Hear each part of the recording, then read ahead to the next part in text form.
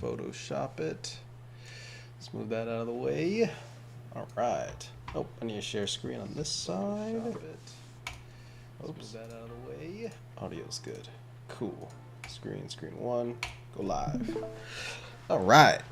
So let's get started. So before we do actually get started, we have a new topic for September, right? So in the Livestream Plus, they voted vehicle design is next.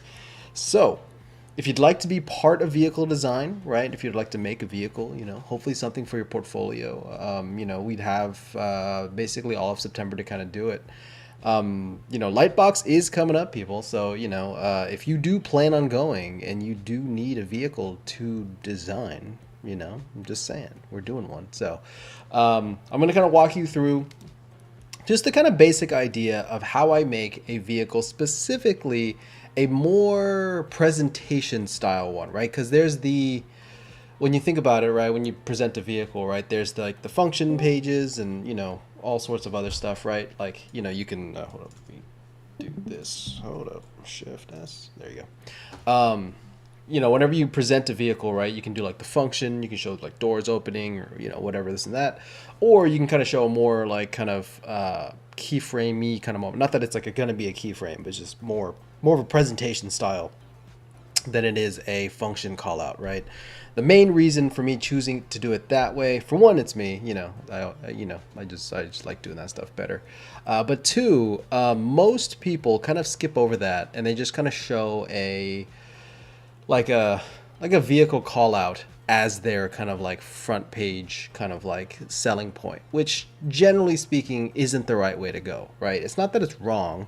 Most people will be able to see around that. But, if you can kind of show a little bit more about just really just selling that image just a little bit better, generally speaking, it's going to do a lot better, right? We'll talk about that later. That's going to come in like the week 4 side of the vehicle design. But, for the first, at least 3 weeks, it's going to be kind of basic vehicle design things, how we kind of go about designing around a kind of like set package, first, like when you think about cars, when you think about like ships and various things like that, there's like a certain kind of package that needs to be kind of attained, right? There's an orientation that it flies. There's a different kind of functions for it and stuff like that. We'll talk about all that, but that's going to be in September. So if you'd like to be part of that, please join the Livestream Plus. Probably join it by next Thursday would be the time. By next Thursday would be the time to kind of start, if you kind of want to start on time. So if you do have like an idea where like, I was doing some sketches and, some various things from like another assignment or whatever that is vehicle design related, please, bring it in, right? You don't have to start from scratch, right? If you do start from scratch, you're going to be following along 100%. But if you do kind of have like something in the works, something that, you're kind of interested in, we will kind of break it down from the beginning. So, don't be afraid to like start from scratch again with that, right? We'll take the core idea and make it even better. But you can take an old assignment and then, we'll kind of go from there. So I'll post this in the Discord for everyone to see after the live stream. And then, we'll go from there. So let's see what I've been up to. Let's get this. Boom. Live streams. Let me make a copy of this so I don't delete the old version. New folder, week 4. Paste. All right. So I've got a painting.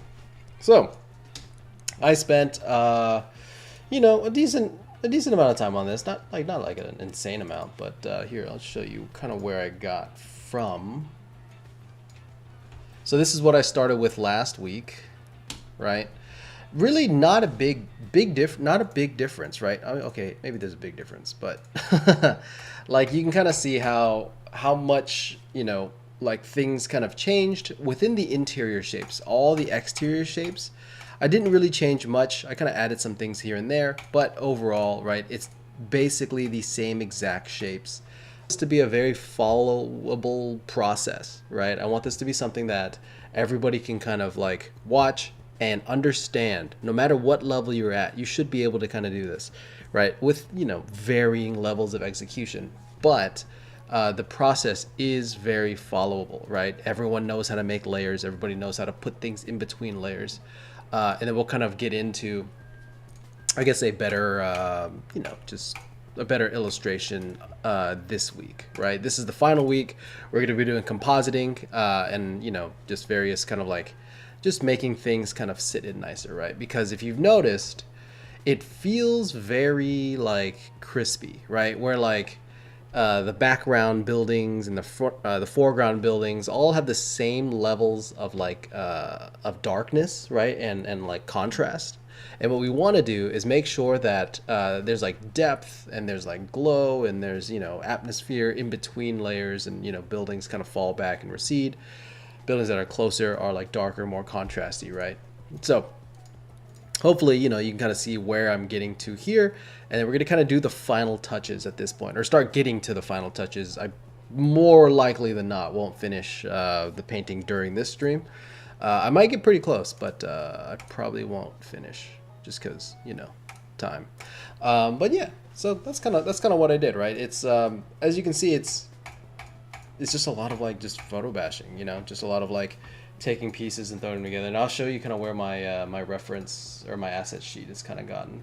I've added one more asset to the list, right? It's just these blue dots, right? And the reason I did that was because I wanted to add some signs, right? So if I actually zoom in here, right, you can see the new and improved Running Man. This time he's biking, so that's cool. I actually have the flat. I actually made a flat version of it here, so it's kind of fun. But yeah, so that you know, just putting like letters, numbers around, you know, different signs, various things like that. You know, just things to kind of add life to the city, right? Because at the end of the day, when we see a city, there's usually like logos and stuff. What I will say for everybody kind of like doing this, if you have a city shot, this is very specific to my city shot, right? But when you have a city shot like this, pay attention to where you're at. The first intention, right? My first thought was like, oh, let me add like 50 signs and do all these things. You know what I mean? Like just a ton of signage, right? But then you gotta remember, you're like 20 or 30 floors in the air, right? Where these are like skyscraper buildings, and I'm like, you know, 20 or 30 floors up. Generally speaking, you don't see signs up there, right? Usually the signs are on the bottom side, right? Because where people are walking, they can see it, or at the very least where like traffic is, right? Maybe like bridge height, for example. So you do want to pay attention to that. Obviously, this is a sci-fi city. We can do whatever we want, but I just kind of wanted to make sure that when I add these things in, it kind of resembles a city, right? For those that actually have an Apple TV, so I have an Apple TV or an Apple TV box, right? And the screensaver is actually the LA skyline. And this is actually where I like figured that out. I was just sitting there watching TV, and then I went to go do something, right? And for those that don't know, the Apple TV box, if you leave it alone, it goes to screensaver mode. And I mean, I don't know about yours, but mine has the LA like skyline. It's like the downtown LA area where you see like the Staples Center and all that stuff. But I was looking at it, and I was like, oh, hey, that's my city, right? I was, you know, just looking at just city buildings and the same idea, because it's kind of like the same-ish height. I'll even show you. Let me see. Hold up. Apple TV screensaver Los Angeles. There it is. Is it this one? Yeah, buddy. Let's go. Okay, cool. So, you know, I was looking at this. This is the exact view that super crunchy, but whatever. You can't really see that many signs, you know, like there's a couple buildings here. There's a sign right there. I think there's like one over here somewhere. There's like that one, that small one. But then, you know, you just see a lot of lights and a lot of just shapes overall, right? And, you know, because my initial, like when leaving last week's stream, right? Like I was like, oh, let me make some signs. I'm going to throw them up and then, you know, do a thing, right? That's why I had the Running Man sign there. And I was like, oh, okay. I was going to add like probably like 10, 15 more. But after I was just watching TV, I was just hanging out, and then I just saw this. I was like, oh shit, yeah, I guess there really isn't that many lights. And so you really want to just look up reference, right? Because our initial gut reaction, right, when you think like city line, yeah, like advertisements, stuff like that, they're really geared towards a certain idea. And if you like a certain kind of like format, people walking, people driving, and they really don't get that high because you won't be able to see it anymore. And it's things like that you kind of miss, right? Like, yes, I've seen a city skyline before, right? But it's just not, it's just not off the top of my head, like not 100% accurate, right? And I just wanted to kind of say that because, we do this all the time, right? Even especially with like skies, where like in my my world building classes or any environment painting class, generally speaking, most people, when they do a nighttime scene, it's always like pitch black skies, right? It's like because nighttime is dark. But even looking at this here, right, the buildings kind of silhouette against the dark or the lighter sky, and it's that same kind of relationship. And that's where, like, looking at reference kind of gives you those answers, right? So any chance you get, find reference for what you're looking for, right? Because you'd be surprised how different things actually are. So enough about that. We're gonna get into my opinion now. So this is kind of what I'm gonna do, right? I'm going to start kind of add a weathering pass, or not a weathering pass, an atmosphere pass to kind of get this to feel like they're sitting correctly, right?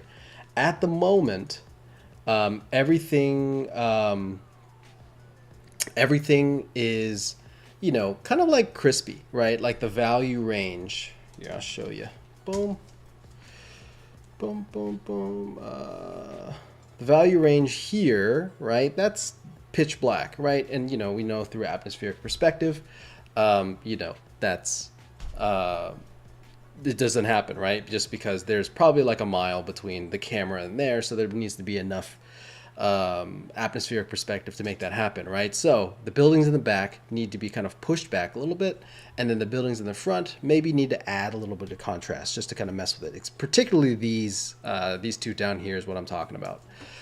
So the reason we did it this way is because taking away detail, right, is a lot easier than adding detail. For those of you that are like, trying to paint and trying to learn how to like create more complex things and try to like kind of walk your way into a more complex painting, what I highly suggest doing, even though it's a waste of effort and a waste of time, right, because it's going to take you longer, paint the whole thing kind of crispy, right, where it's like you're painting full contrast, full materials, right, very similar to what I'm doing here, and then paint it down. Yes, it takes longer. Yes, it is not as efficient, right? And yes, some of the pros don't do it that way, right? Because, when you see like a Craig Mullins painting or you see a Jamie Jones painting or whatever, you're always like, wow, they just knew how much detail to put there.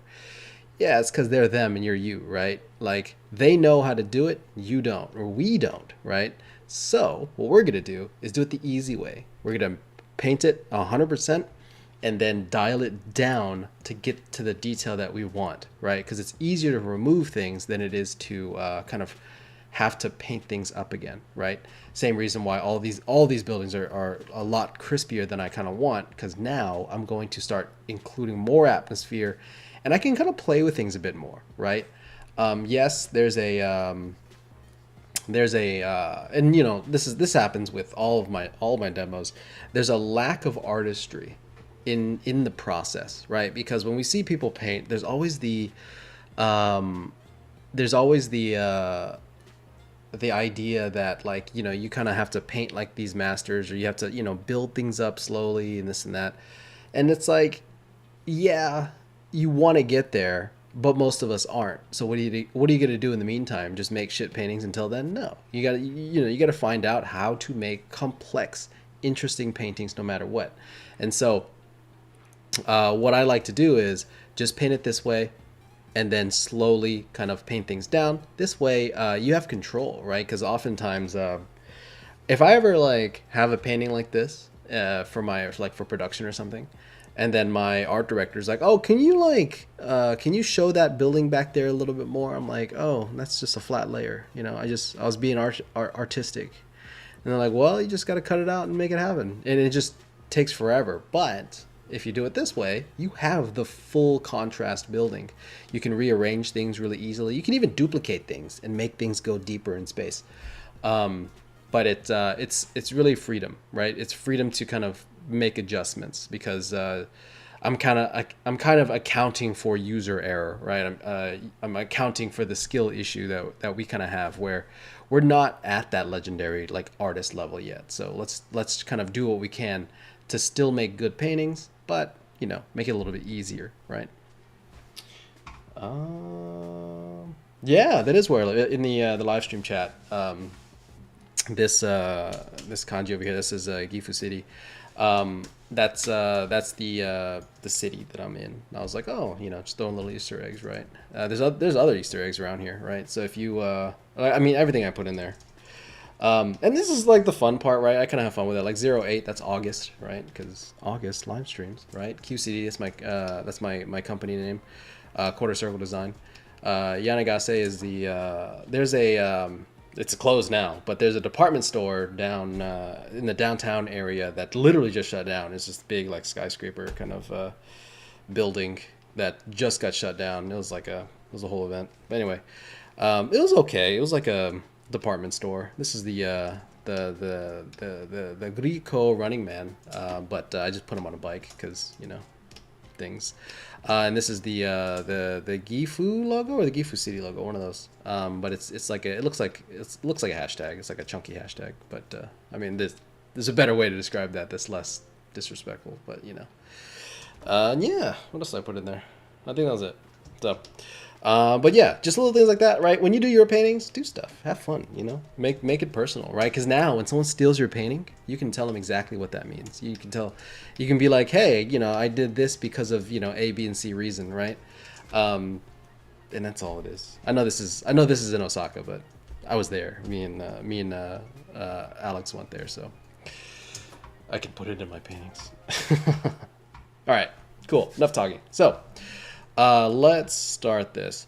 So, the key thing that I want everybody to remember today, right? This one trick, that one technique, one process thing, right?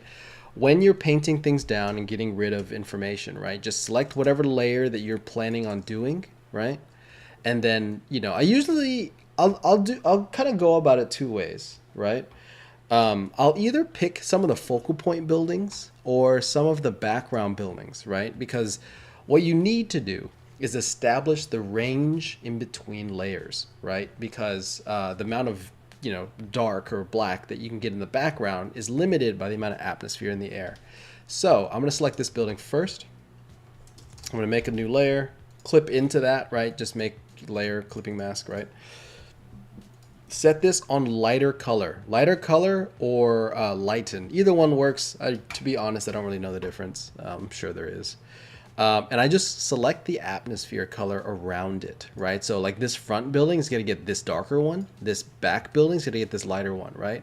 And then what I'm going to do, or you can even pick that one, to be honest. Let's try that and see what happens. I'm going to use the gradient tool and just brush it in, right? See, and that black, that darker one doesn't really quite work the way I want. So now you can start getting rid of that darker value, but maintaining the lighter value. Something that happens a lot in nature or just in real life. When you're looking further out, light colors travel further, right? They do get affected by the atmosphere just like the shadows, but the light colors travel further than the shadow colors, right? So like a black is less visible far away than like a white would be, right? Or a light, right? And so what I'm doing here is I'm setting up my set on lighter color, so it just it leaves the lighter color, and I'm selecting the atmosphere around it and brushing that in, right? And that's the start. I'm gonna do that like 20 times, right? But you're gonna kind of control it with the opacity, right? Because it's not like full like obscurity, right? It's not gonna just completely get rid of it, but you are gonna see a little bit of that building still. But now that darkness value, jumped up to 15 from the 0 that I was before, right?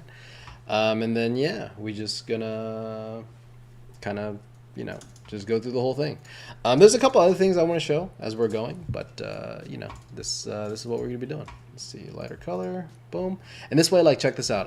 I left it on normal right before I kind of like when I did it, and you see how the lights kind of disappear as well. You don't really want that, just because you know, you put all that effort into like adding lights and stuff, and you want it to kind of shine through a little bit, right? So you put a lighter color. Those lights shine through, but the shadows kind of get flooded with that atmospheric color, right? And then it's just a lot of that. It's just rinse and repeat, you know, over and over again.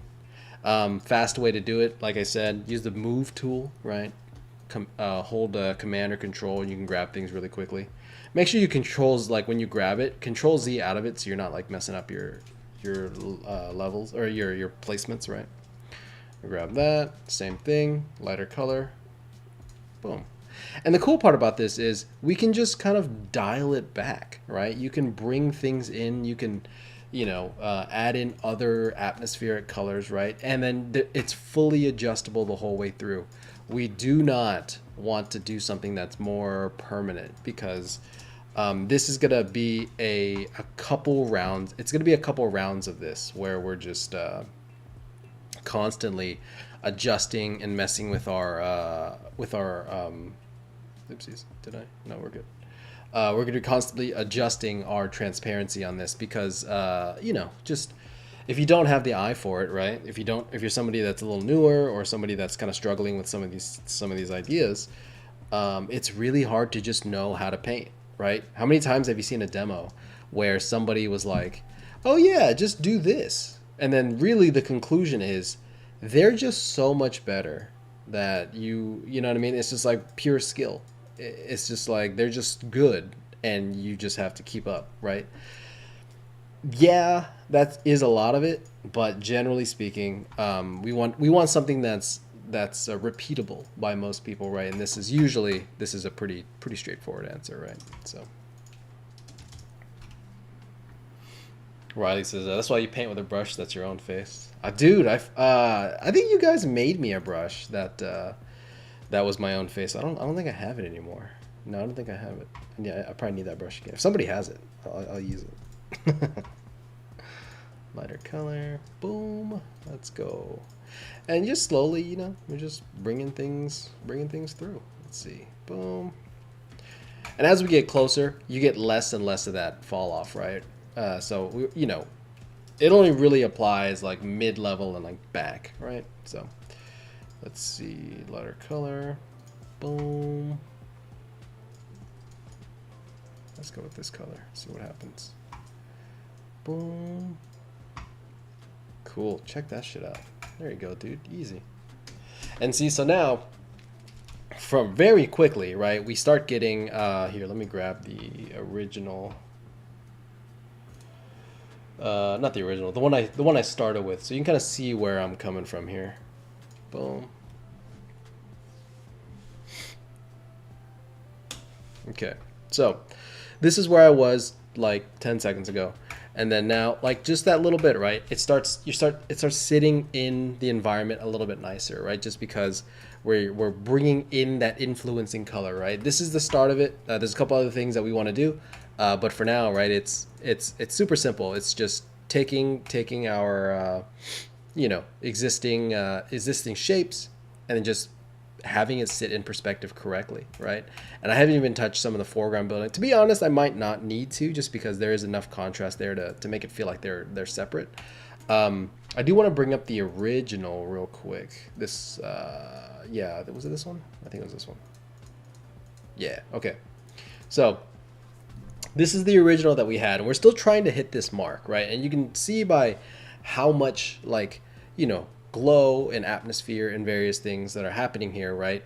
There's still a long way to go, because right now the painting that I'm doing is still a little bit too crispy, a little bit too, you know, just sharp and, you know, just not atmospheric and rainy enough, right? I still want to do that. And so now what I'm going to do is start influencing, you know, some of those like bigger cloud shapes, start bringing those back in, and getting rid of details here and there to kind of make that happen, right? It's very, I guess, just kind of like playing around at this point. You're just kind of messing around, adding atmosphere in between layers. But now because I did everything relatively separate, I have that opportunity to do so. If you ever paint this, right, especially big complex cities, really try to keep things as separate as possible because you can build up to a better kind of result rather than like if you kind of paint it like that back row like flat on the sky layer or whatever, it gets a little bit weird, and it's a lot of like you're kind of fighting brushstrokes at that point, right? So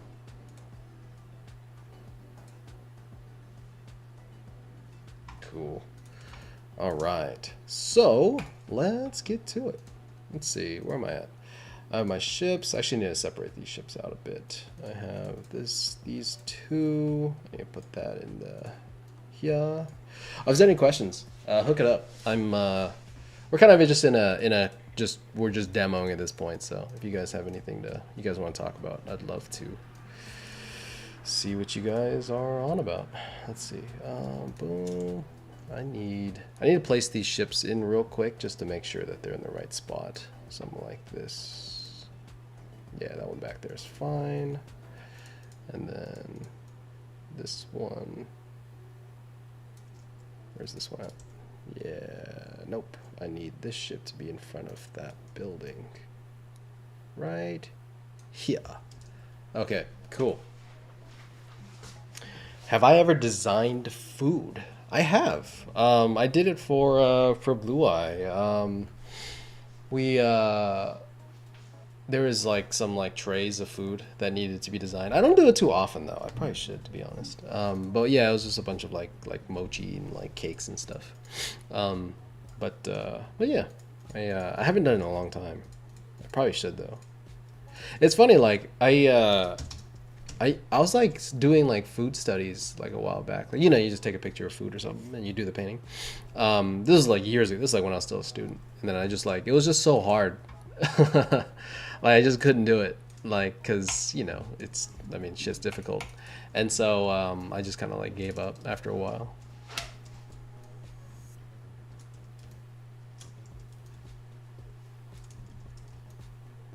Let's see.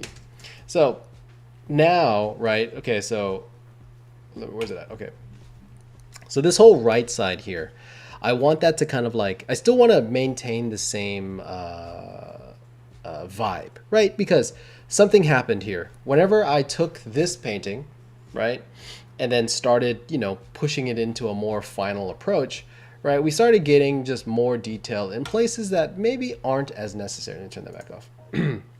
And so, you know, we have like some lights over there, we have some things.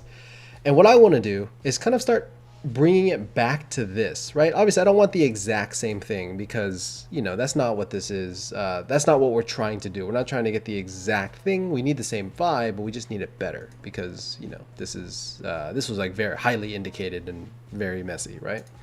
And so, you know, you want to start bringing in those shapes, right? So I'm going to start kind of bringing in some of those things. What you can do, what I often like to do is like go in here with like a lighter color or even a darker color, right? That might work sometimes. But, you know, you can start kind of pushing those details out a little more by finding that balance of kind of like, you know, where I want some of this atmosphere. That way you still get the lights kind of poking in, but then you don't get so much of that detail, right? You can try to do this again by doing like a normal layer. So now I have both layers here. I have the atmosphere layer where it's kind of influencing the darkers behind it, and then I have just a full opacity because I do want some areas to be fully obscured, right? And so I'm going to mask this out, and I'm going to start using my airbrush and kind of bring it back where I want, right? There's some areas here that are like, oh, you know, I do like that's showing through or whatever, right? And so we're just gonna start messing with things and just see what we can get away with, you know. Let's see. Boom. That's kind of mediocre. Let's see.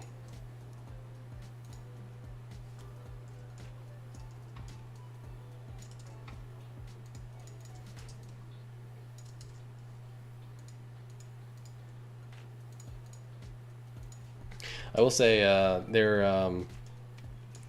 they're talking about cooking in the chat right now, and I do cook a lot. I do, like, I cook like multiple times a week, like it's like at least daily, right?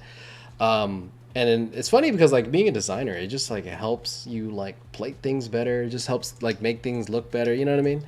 But the cool thing, what I like the most is like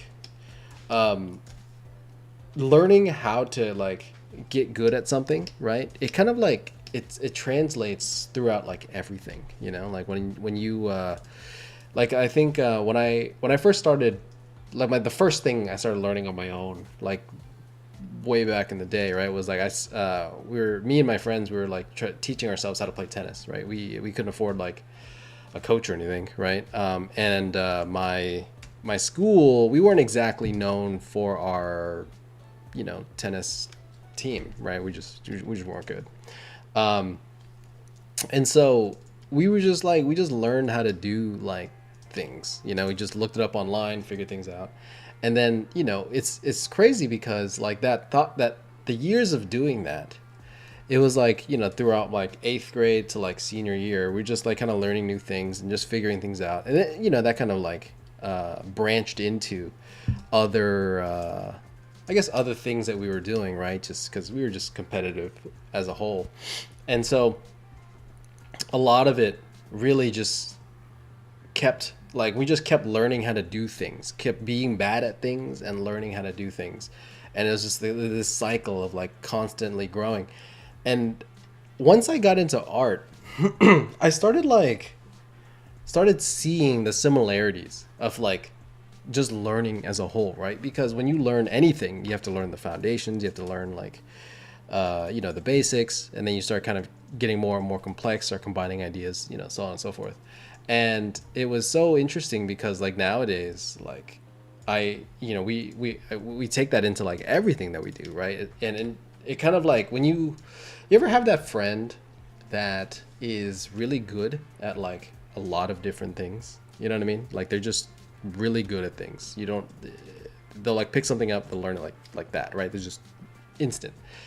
And it's funny because when you meet them, like meet these types of people, it's always like, oh yeah, I did like these things growing up, or I did that growing up. But they always like learn stuff, you know? So if you're ever trying to learn something new, like just remember the stuff that you've learned before, right? Like even if it's unrelated, like think about like, oh, I'm really good at not me, but you say, oh, I'm really good at guitar or something, and you know, I did lessons, and you know, we learned our chords and we learned all these things, and it's like, oh, okay, so what did I do? You broke down the basics, you figured out the system, you figured out the structure of things, and then you got into you know, other more complicated, and you kind of built your way up and figured out the complicated things are just a bunch of simple things put together, and you know, you kind of go from there. And art's the exact same way, right? You learn like the fundamental ideas of like, hey, this is how you do perspective, this is how you draw a box, and then you combine 50 boxes and you got a prop. You combine 50 props, you have a whole environment, right? And it's just like this kind of building of ideas. And then like cooking was kind of like the exact same thing. You start learning the fundamental ideas, start doing all these different you know, just techniques, just random things, like just learning how to saute something. Because before, when I was in college, I was trying to learn how to cook, and it was just like, you're cooking edible meals, right? It's not like I'm not doing like I can avoid salmonella. You know what I mean? Like that's about the level that I was at, right? You're just basically not poisoning yourself every week.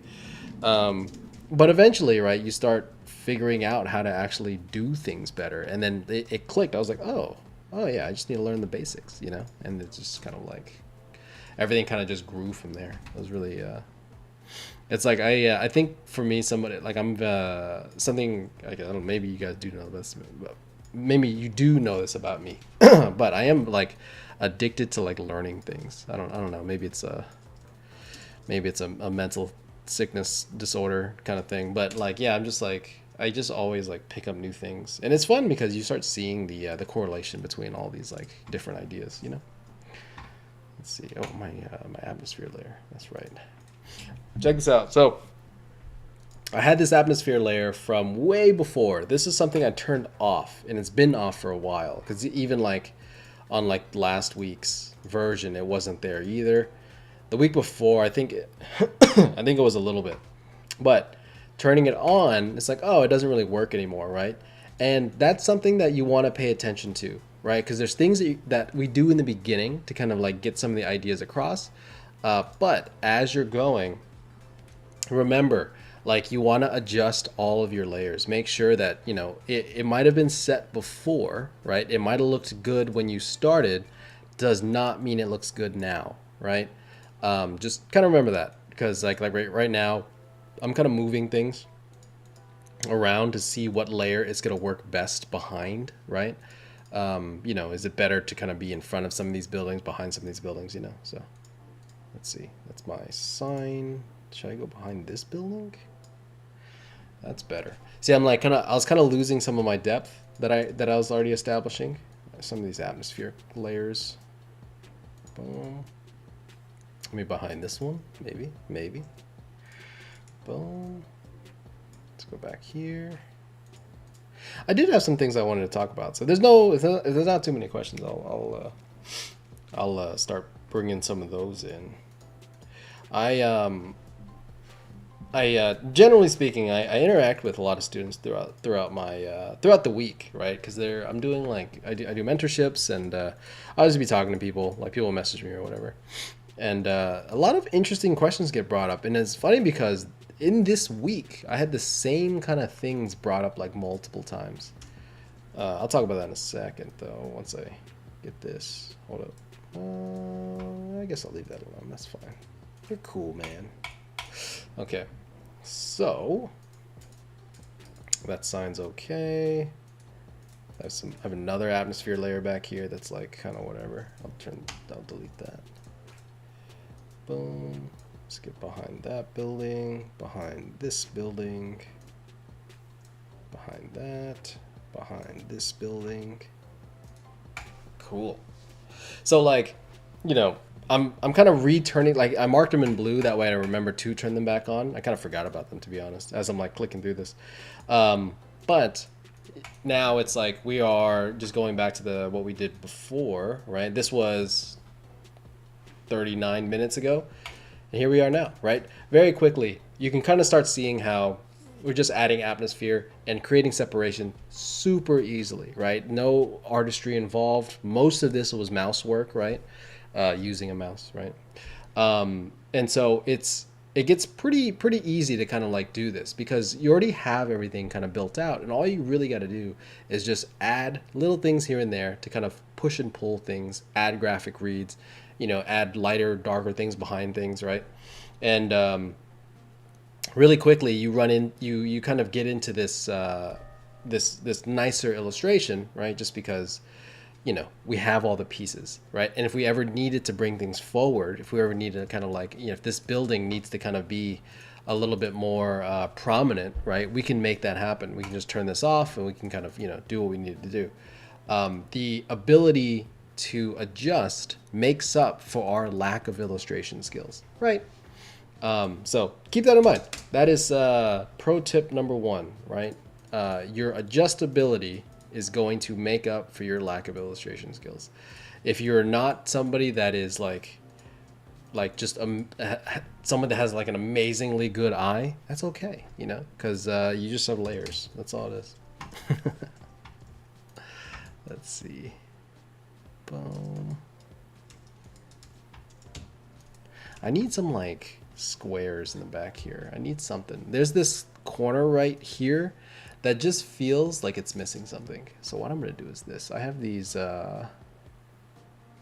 square variations. That's not the one I want. I can just fix it though. Shape dynamics, size jitter. Let's do scattering, scatter, size jitter, angle jitter. No, I guess that's fine. No, angle jitter's off. I'm gonna do that. And then I'm gonna flip them vertical because vertical is so much cooler. Boom. I'm just gonna go like that. That's kind of cool. Maybe not so much scattering. If you don't know how to use this this layer or this brush setting like kind of menu, like learn it. Learn how to do these things. It's It can be kind of intimidating at first, but like learning every single one of these. This way, if you ever have moments like this where you're like, hey, I need a brush or I need something, you don't want to like go look for it online. Just learn how to make brushes. It makes things so much easier. Because now you can like actually customize things and actually do what you need to do, right? I don't think I like that horizontal, to be honest, or vertical. Let's see. That's kind of cool.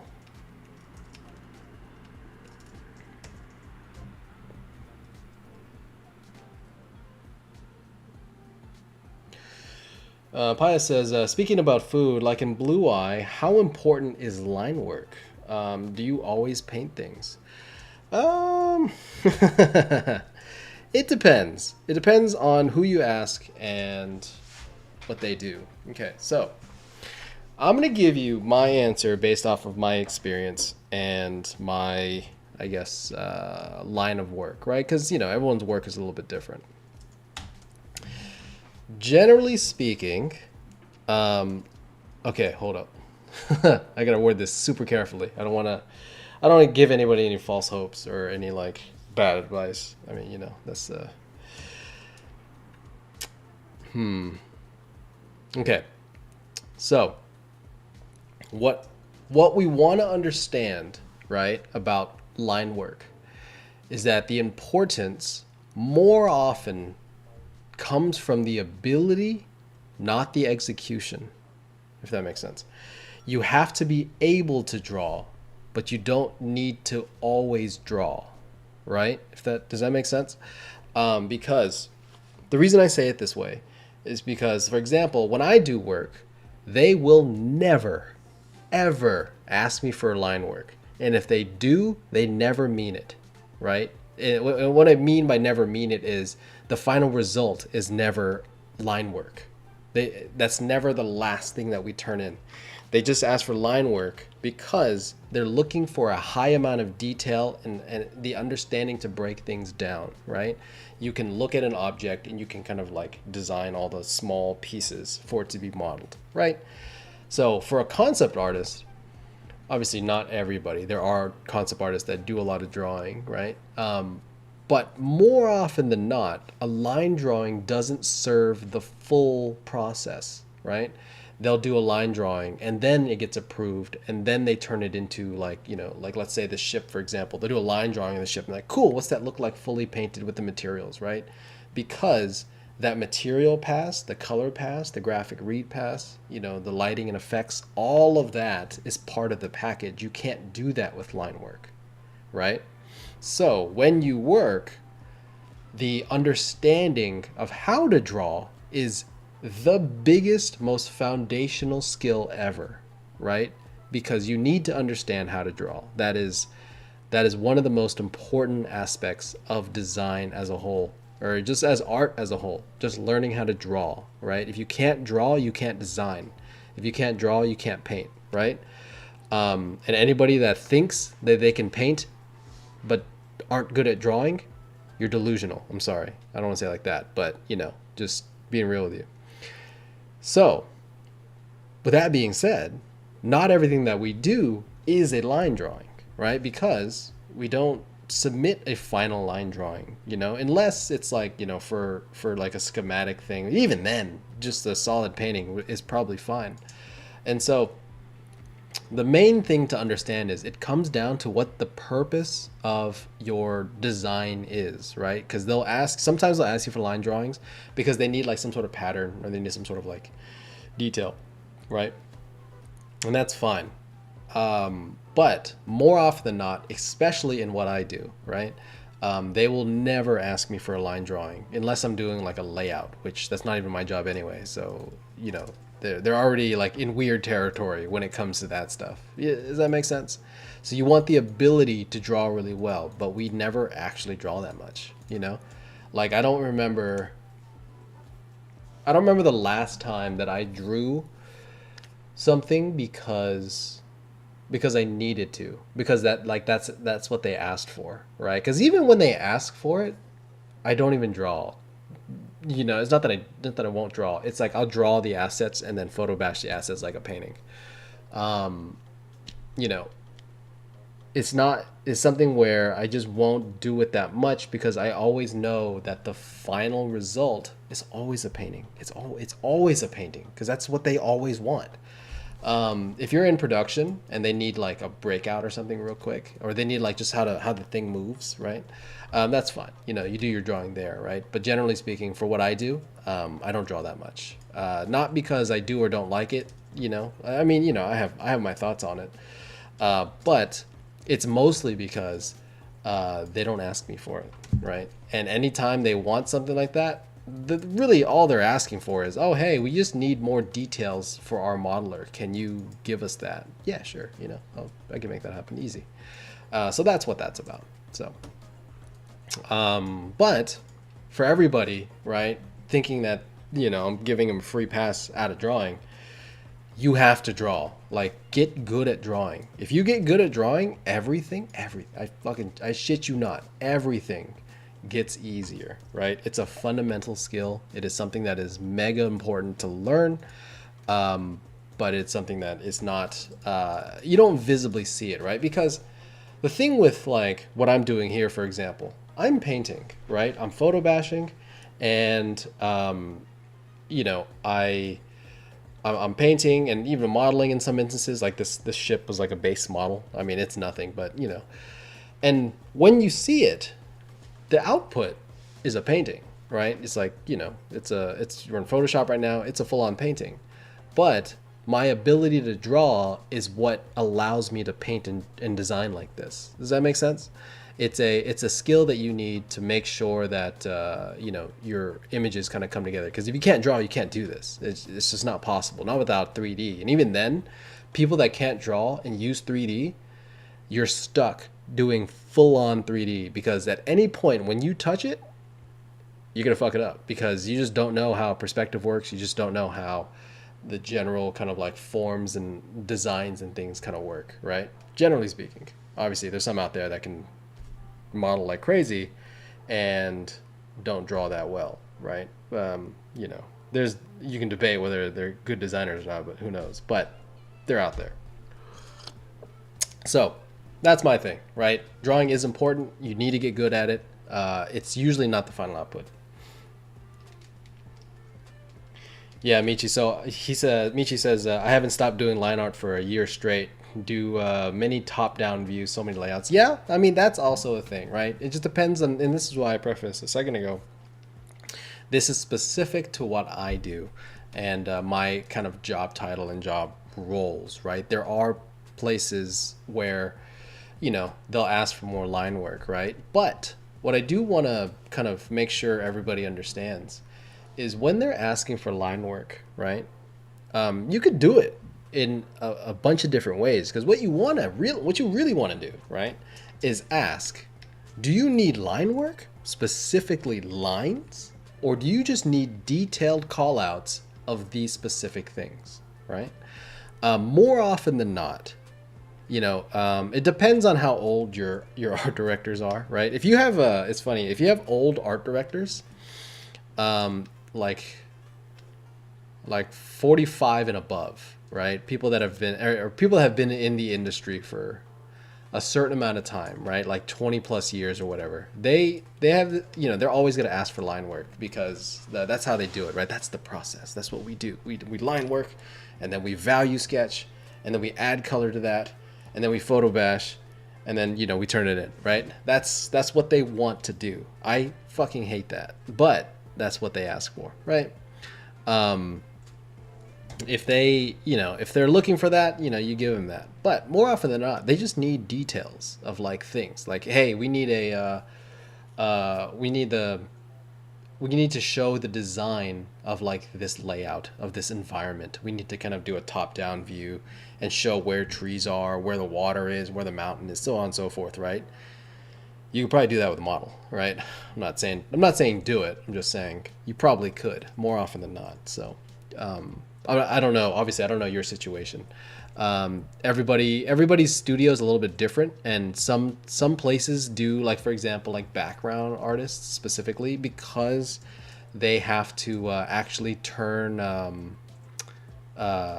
they're going to actually turn that line drawing into a painting, like by somebody else, essentially. Like it's a different job title, essentially, right? A background painter versus a layout artist. There is, nuance there where you're gonna have to do line drawing, but that's part of the title, right? That's what you do. That's the job, essentially. So you just got to be aware of that. I'm not saying line drawing's never done, but generally speaking, you want to really be aware of like who's asking and why, because sometimes it's just a habit thing, right? I've had art directors that they just want line drawings, and then they'll ask me for paintings. I'm like, why don't you just ask me to do the painting to begin with, But whatever. That's my complaint. You'll get an answer plus my bitching. So.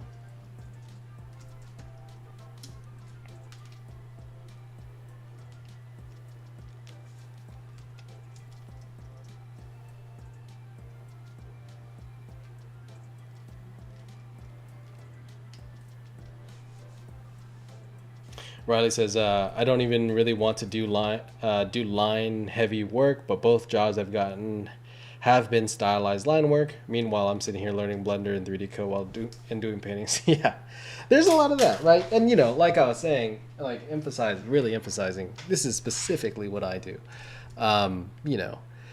There's places that they ask for things that they need, and you got to be able to do it.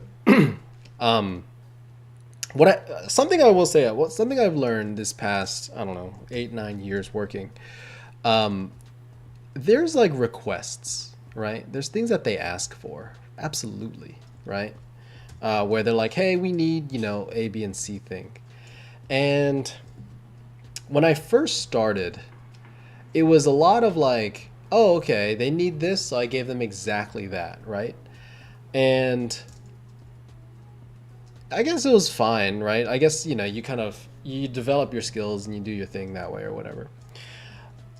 Nowadays, they'll ask me for like something. They'll be like, "Hey, can you give us like designs for this?" And I tell them what the output's gonna be. You know what I mean? And that's, like I was saying, that's the difference in like, job titles and, like skill sets and various things like that.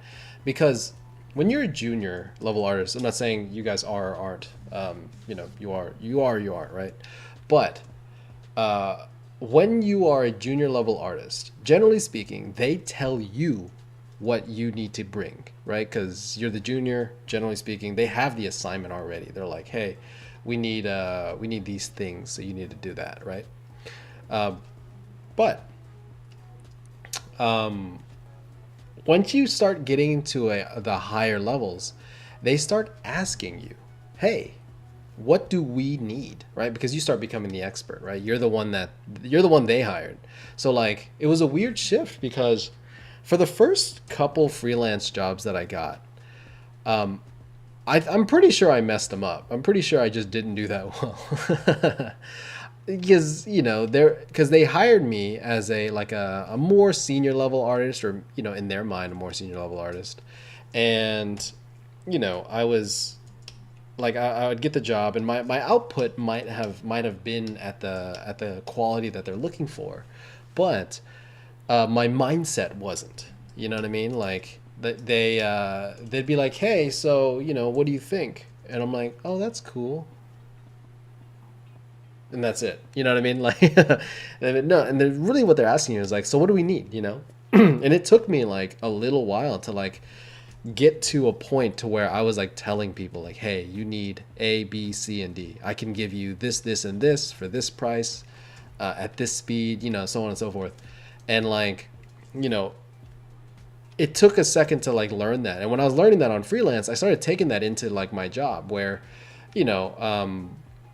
I'll be sitting in meetings and they'll be like, hey, we need a design for this, what can you give us, or how long will that take? It starts converting into like, instead of Kenny, do this, it says, hey, Kenny, what do we need? Right? Oh, we're going to need these 5 drawings to kind of cover that whole space, right? Or we're going to need these 5 paintings, or this one keyframe can do most of it, And it takes a while to kind of get to that point. There's a lot of like production experience that you need to kind of get there. But just remember, like, start learning what all of these kind of things are. Like when you do an assignment, right? And it turns out pretty well, where they're like, hey, we need this level. Can you design this space and show us, everything we need so we can send this to the modeling vendor, the vending studio, right? And then they'll kind of, build it. And then you, like, let's say you had an art director and they tell you, okay, cool, let's do five paintings and we'll do some breakout drawings of that. Cool. And then just remember that, right? Remember that, because when it's your turn, right, you got to remember, oh yeah, this is what my art director made us do. Cool, let's do that, right? And that's why you get a lot of that, like I was saying a second ago, you get a lot of like older artists always looking for line drawings, because that's what they did back then, right?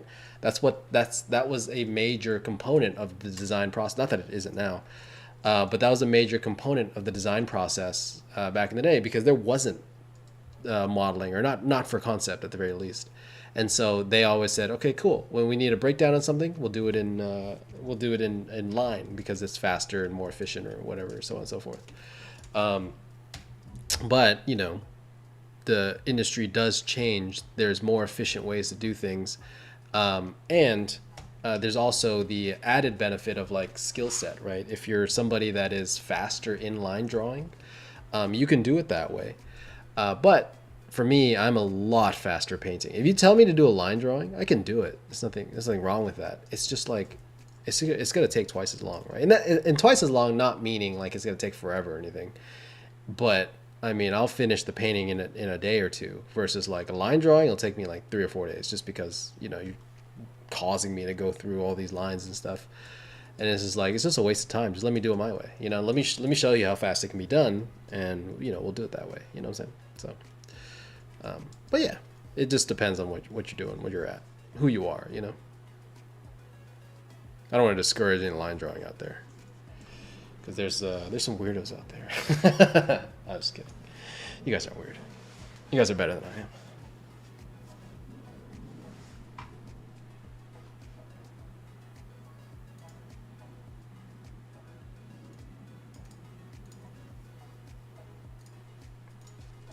Yeah, line drawing is the way. Like, if with all that being said, right? If you can't line draw, if you don't know how to draw well, it's going to haunt you for your entire career. I promise you, dude.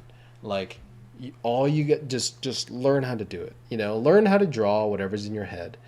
Get good at it, because this is the core foundation. Like, you can't paint if you can't draw. You can't paint, right? I don't care what anybody says. If you cannot draw, you are not good at painting. More often than not, right? Because it's a foundational skill, right? There's like, I don't want to say back in the day. I'm not that old, but when I started learning how to just design and do things, right? Whenever I started like painting, you kind of start painting and stuff, and then every once in a while you go back to drawing, and you kind of like figure that out a little bit. You start kind of pushing that skill set a little bit further. You start kind of like elevating those things, because you're going back and forth between painting and drawing. And every time I got better at drawing, right? Something changed, something did something, whatever, right? My paintings got way better, right? I remember I would do like, I'd be painting a lot at work, and then I'd go and do like, I had this, I was doing a lot of graphite plein air. I don't want to say painting, drawing, I guess. And what would happen is, like, just the understanding of how to draw like translates into your paintings, and everything gets so much better, because you have a lot more confidence behind your forms. You understand how everything works, so on and so forth. And it's, you get so much better. It's crazy. So learn how to draw. It is the business. But that being said, I haven't drawn in a long time. Maybe I should. Who knows? Maybe I wouldn't be so mediocre, But who knows? I guess we'll never truly know, right?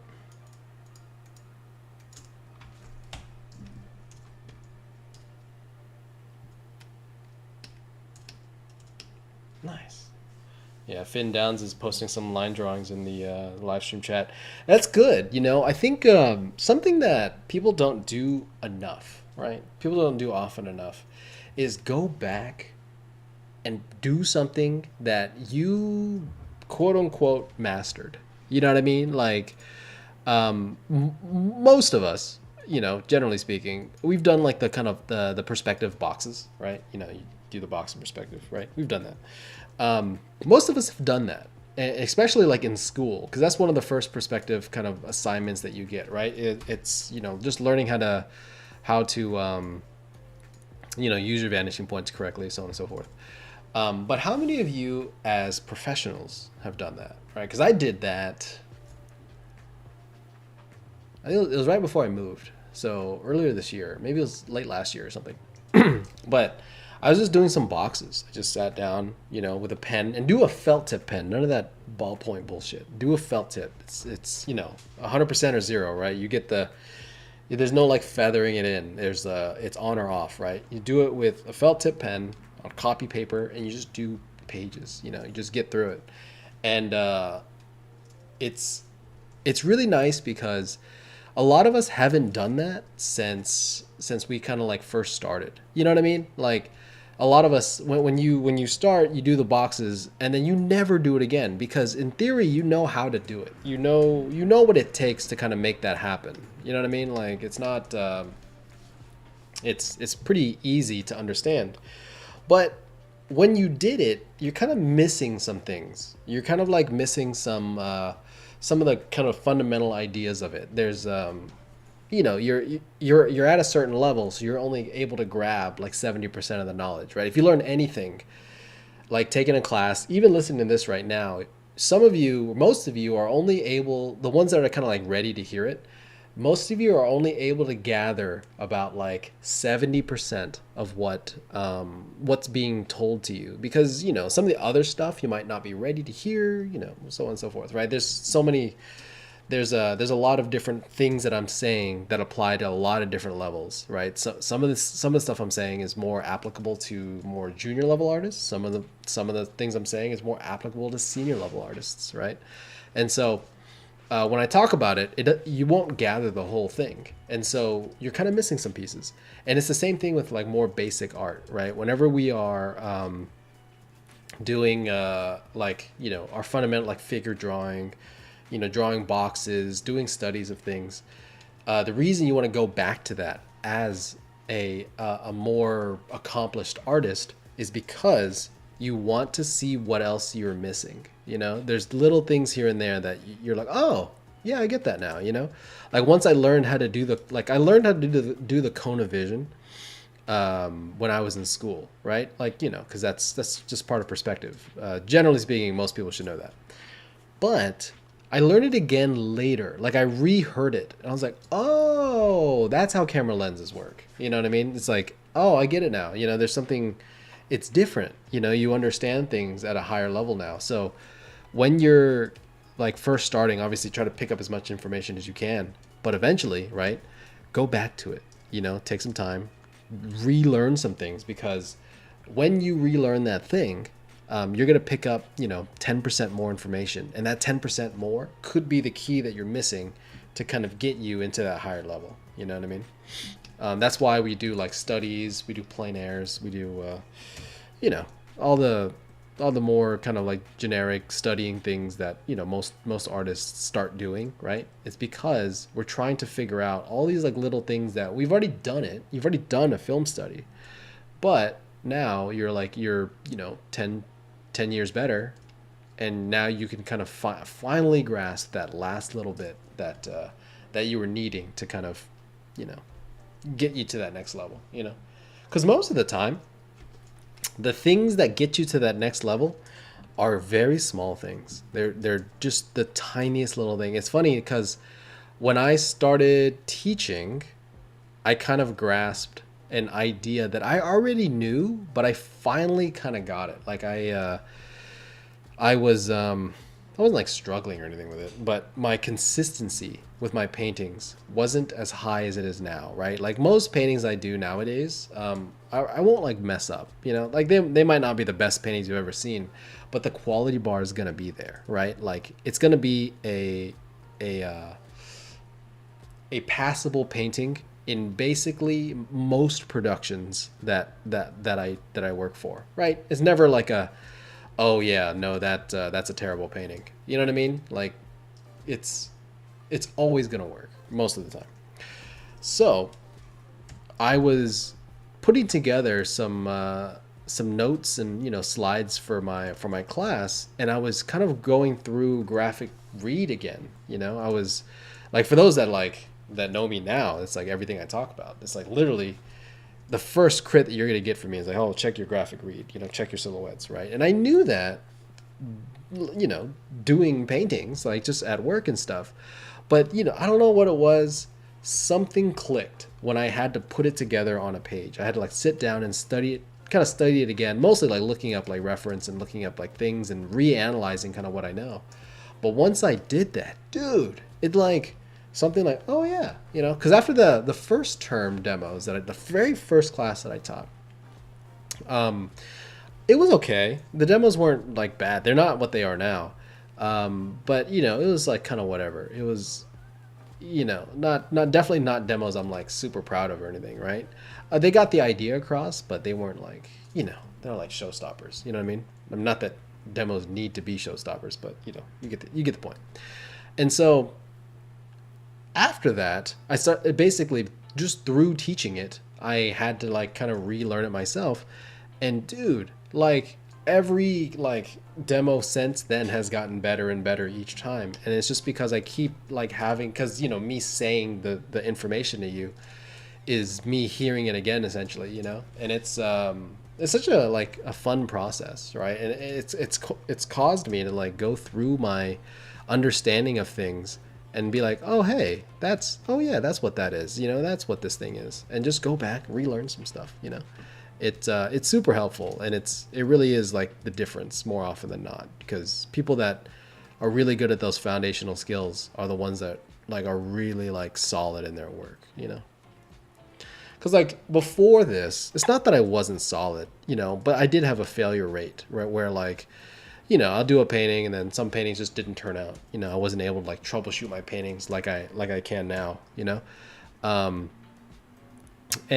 it's just a lot of just figuring that out, just learning how to navigate through my own painting. You just ask yourself like, hey, what's missing? What needs to kind of be put here? Where's my attention going? So on and so forth. And you just kind of build that understanding.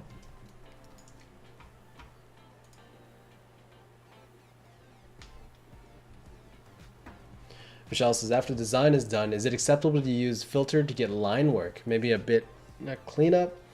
I forgot what the filter is called. Yeah, I mean, I don't recommend it. It never looks that good, right? What the filter that you're talking about, for example, let me grab this ship, for example, right? It's this one right here. Flatten that down. Filter, stylize. What's it called? Find edges. There you go. So this is not, I mean, you could, I have done this. Let's be real. I'm just gonna be honest with you. I have done this where, you just do that and then you kind of levels it out. You kind of get that line again and then you just draw on top. You can do that, but for one, it's a waste of time because you have the painting. You know what I mean? Like, just give them that. You know what I'm saying? Like, if they're asking for line drawings, yeah. Like I've done that where like, it's weird. I've been asked for paintings, and they're like, "Hey, can we get a line drawing of that?" And that was a weird request, right? I don't think you'll ever run into that personally, but I mean, who knows, right? But you can. It just doesn't look that good, I don't think. And even like things like this where they'll like, God, what was it? They'll do this where they'll like find edge and then they multiply this on top. right? I've seen this done a lot. A lot of students do this too because of certain professionals do it. And it kind of creates this kind of like fake line around things, right? You kind of get this like weird contrasty line. You know, it just don't. You know what I mean? If you like, for those that do it and are good at it, yeah, I mean, you do you because you're probably a professional. But you know, when students do it, it's just like, what are you doing?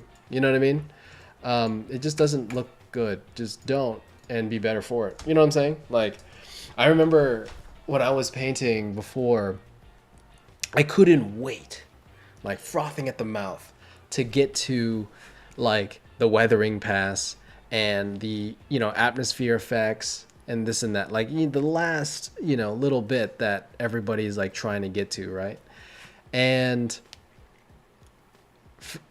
like for a long time, I would do like thumbnails and then put on that final pass, and it's like, what are you doing, man? Why are you putting noise layers on like a thumbnail? You know what I mean? It just doesn't look good. And it's like, I guess with the intention of like holding together my painting. And, you know, for those that do it, I mean, you know, you do you, but I will say, generally speaking, it won't save your painting. If you have a bad painting, it's gonna suck regardless. You know what I mean? I'll say it like that, but you know, there's no layer style that's gonna save your painting. If your painting doesn't look good now, it won't look good later. You know what I'm saying? So just gotta remember that. I mean, you know, that's not your question, but you know, you can do layer styles like that. I haven't seen it be that effective, to be honest. Because most people looking at your painting, they can tell. They know what they're looking at. They know that whatever it is that you're doing is just a bunch of like garbage on top, right? If your value groupings don't work, if your composition isn't good, if your color theory and your you know, just general staging and lighting doesn't work, it's not a good painting. It just won't. Nothing's gonna save that, you know. Michelle says, Kenny, do you still use Gravity Sketch for? I don't. I think it was funny. So I used Gravity Sketch a while back in 2017 or 2018. No, yeah, like 2018, 19, 2020 kind of time, right? And the reason I did that, for one, it was like the new thing, so it was kind of fun to do, and you know, VR, whatever, right? And I was using it a little bit in 2020, but I think eventually I started running into the problem of like, oh, it's not nuanced enough for me, right? Where, you know, it's like the gateway drug to 3D, right? Like you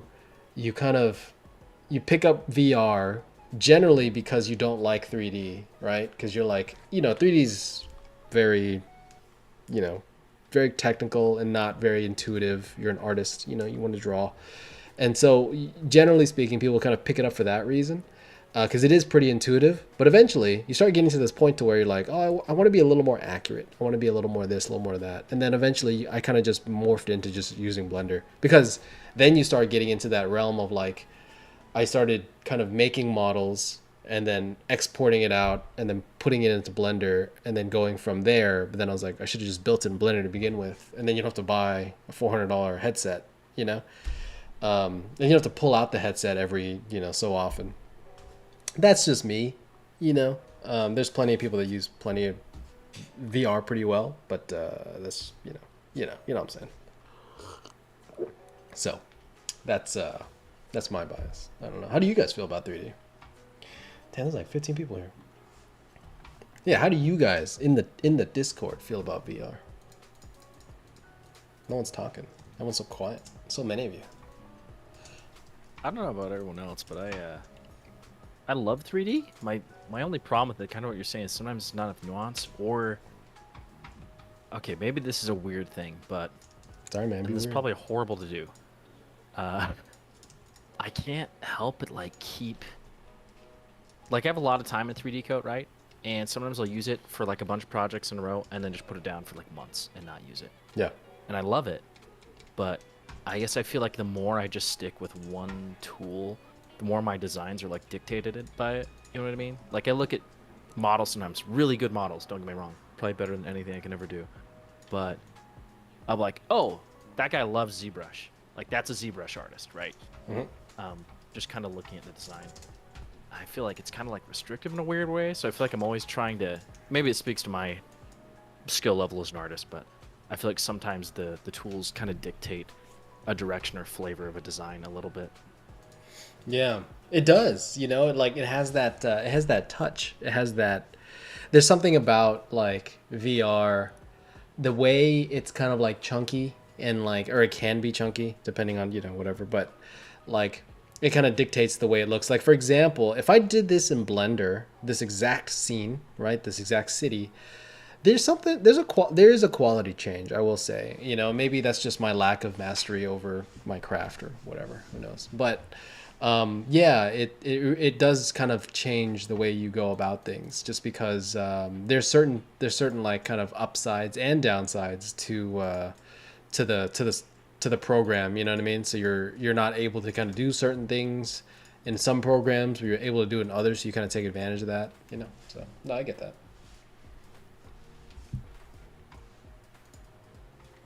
Yeah, it's so easy to get caught up in the weeds of 3D stuff because you can go into so much detail Yeah.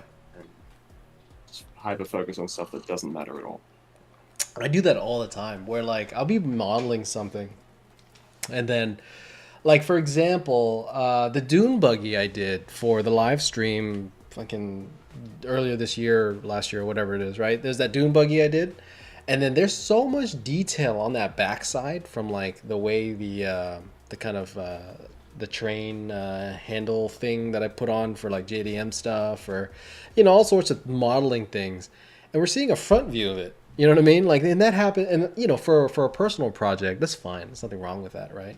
But like for actual work, dude, that shit happens all day, like all day, where it's like, hey, we need this room, and then I'm like building this room, great, and they're like, oh yeah, we're just do a low angle shot of like this thing, and you see like literally a corner of the room, and I'm like, 90% of the room is just unseen. I'm like, I spent 3 days on that model or whatever it was. Luckily, they're not like firing me for it for anything. But like, oftentimes it's just like you just spend so much time on this. I'm like, yeah, I could have just not done that, and I don't know, had a life, fucking played fighting games, went to sleep, cooked something else. You know what I mean? Like it's just sometimes obviously that's my mistake, right?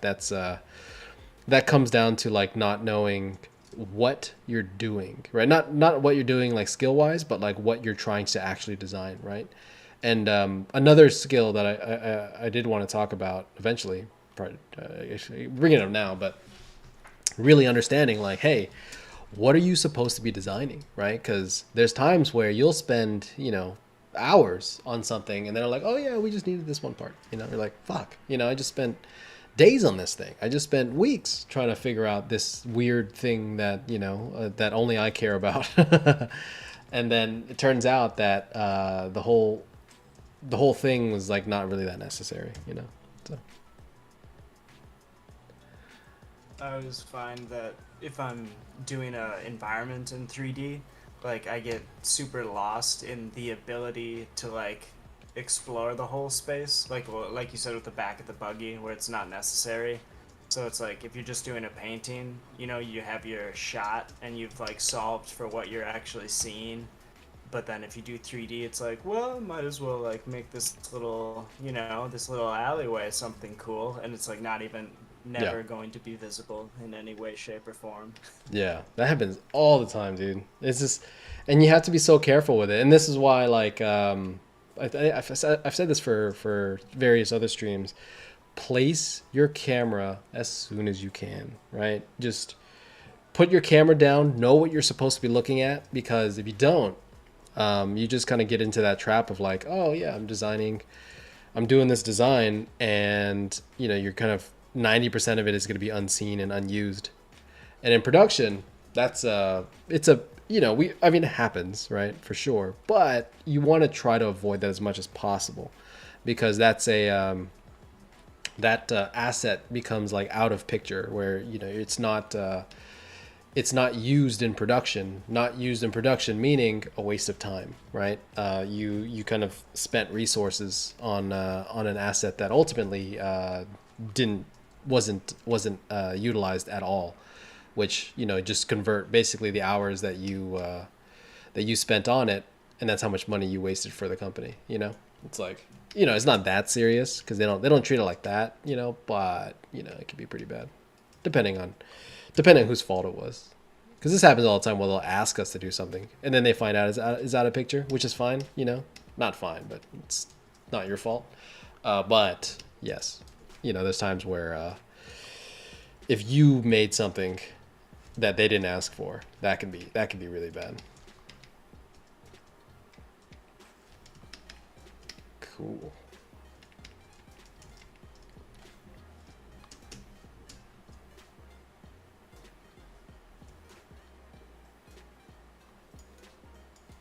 Cool. All right. Isn't there a certain amount of that you just need to accept on a production, though? Like, your director or whoever's giving you instructions doesn't know exactly what it is that they want. And Yeah. So, Yeah, absolutely, yeah, they right. just That's totally something that it happens a lot, right? It happens where more often than not, like, you know, it's supposed to be a studio problem where like they ask you to do something, turns out that it wasn't necessary, kind of thing. Like that's fine because it's the studio asking you to do that, and then they kind of went back and said they didn't need it. It's when they give you an assignment like, hey, we need this, you know, this ship, and then you kind of like you did the outside, and then you spent all the time like kind of modeling the inside cockpit, and then the cargo space area and all these things, and then like, yeah, it's like a background ship that's just flying through the back. You know what I mean? Like we don't even need to see the outside or didn't need to see the inside at all. That's your fault, and that's kind of where like you get into that problem of, you know, doing something that's kind of out of picture. When it's their problem, you know, it can't be avoided because they told you to do it. But you know, it's knowing when Yeah, when of it course. is, you know. So, but yeah. Boom. Let's see. All right. This painting's coming along. I kind of like where it's going. This it's, you know, at this point, right, where we're at in the painting, right, you know, once you kind of get that atmospheric perspective, and like I've talked about before, this painting, it feels kind of ambient right now. That's fine right now. Like for example, the painting, the original kind of thumbnail is a little bit darker, and then the painting is a little bit brighter and more like kind of ambient, right? Because what we're gonna do later, I'll show you now, but we'll do it later, or maybe I'll do it later, is I'm just gonna darken things down and then try to, like, you know, kind of feather it back in and get it to where it needs to go. So this is part of that adjustment process, right? This is why I try to paint this way, because I can make the adjustments as I need and do what I needed to do on the fly, and I can, you know, kind of tiptoe my way in there, right? If you can't like confidently step into, I guess, an amazing illustration, right? You can kind of tiptoe in there, right? Using Photoshop and techniques and tricks and stuff like that. But just know that's why that's happening, right? If you're kind of looking at this thumbnail being like, oh, it's a little bit darker, so on and so forth, it's kind of missing some things, that's why, right? So I'll throw that into the CCs. And I always have, like, you know, like I've said before, I always have that color correction kind of layer on that folder. Anytime I make some like major changes like that, like global changes, that's what I'll do, right? Cool. Jim had I don't know if you saw it, but he had a question in chat a little while ago. Nope. Hi, can I have one question? Oh, thanks, Hunter. You mentioned that having an art adjacent job is a great way for long-term art growth last session, so we don't need to rush ourselves for a job portfolio and compromise our learning. I had been working as a 3D artist in the non-entertainment industry for a while now. The biggest problem I've had recently while learning concept art, it's so difficult for me to get into the design headspace after 8 hours 8 hours of 3D work. It feels like I'm starting over every time. Maybe it's the fatigue from the work, or maybe design thinking is a different beast that takes a lot of energy to learn. And you mentioned there was a time that you can't leave the studio because you didn't have the right portfolio. I wonder if you can share a bit on how you got out from that situation. Yeah, that's a great question. So, yes, right. The first thing being, if you don't have an art job, right, like an actual like production, like studio job in the field that you're looking for, right, like Tim was saying, he has like a 3D job outside of entertainment, so he's still doing modeling and stuff, but it's probably like something unrelated to art, right? So it's like a little less creative. And so I guess the first part of that question, right, is a question or statement, is that if you're not working and you need you need kind of income coming in, don't be afraid to find jobs that are art adjacent, or even, to be honest, even just non-art jobs, right? But the reason we say art adjacent is because maybe you work in an art store where you're around creatives, right? Or maybe you work at a studio where you're like a production assistant, or you're in the vicinity of artists. So you can kind of be around it, right? You can still be inspired, and you can even ask people things, right? That's really kind of what you're looking for. You don't have to always aim for the exact job right off the bat, because when you do like when you're kind of single track minded like that, right? It forces you to make these decisions to kind of get you there faster. For example, I'll skip a class because I'm like, oh, I kind of know perspective. Let me get into the more advanced one, and I'll kind of learn perspective as I go. And then what you do is you end up taking that class because your perspective's not that good, and you have to go back to the first class and then go take the second class again. So you paid 3 classes worth for 1 class's worth of knowledge, right? So that's usually what happens. It's just like a bad time overall. I don't think I've ever seen that work out well, right? Most of the time, the best case scenario, you're missing some things. Worst case scenario, you have to go back and actually take that class. And so by getting a job, right, just getting something to keep you afloat, something that just keeps you alive, because that is the most important thing.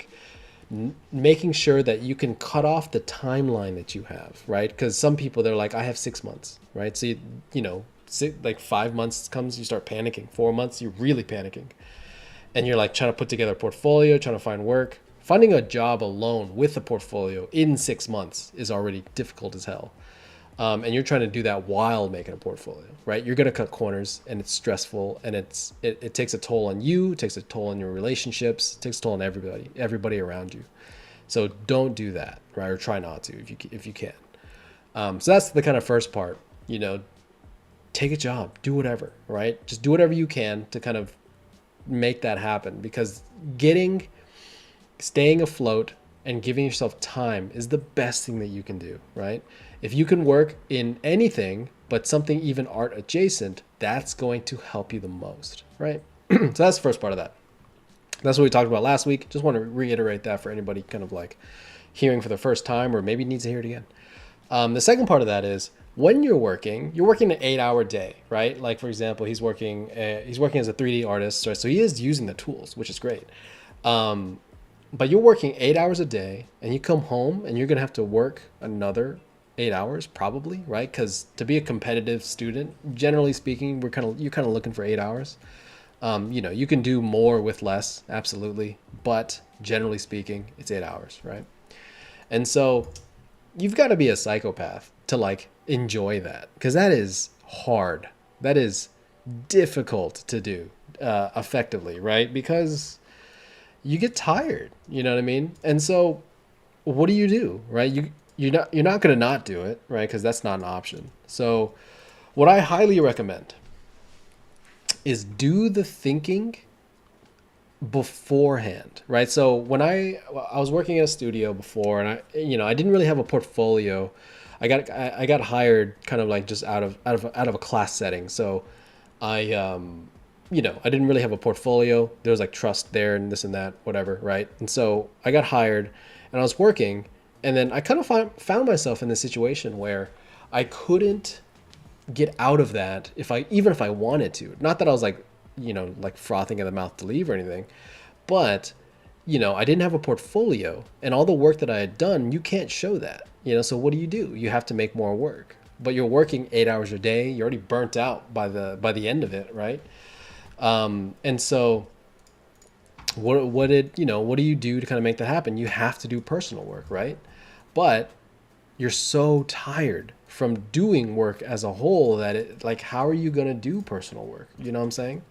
And so what I did was, during my drives, my commutes, And then, you know, just during the day or whatever, I'd be thinking about what I want to do later.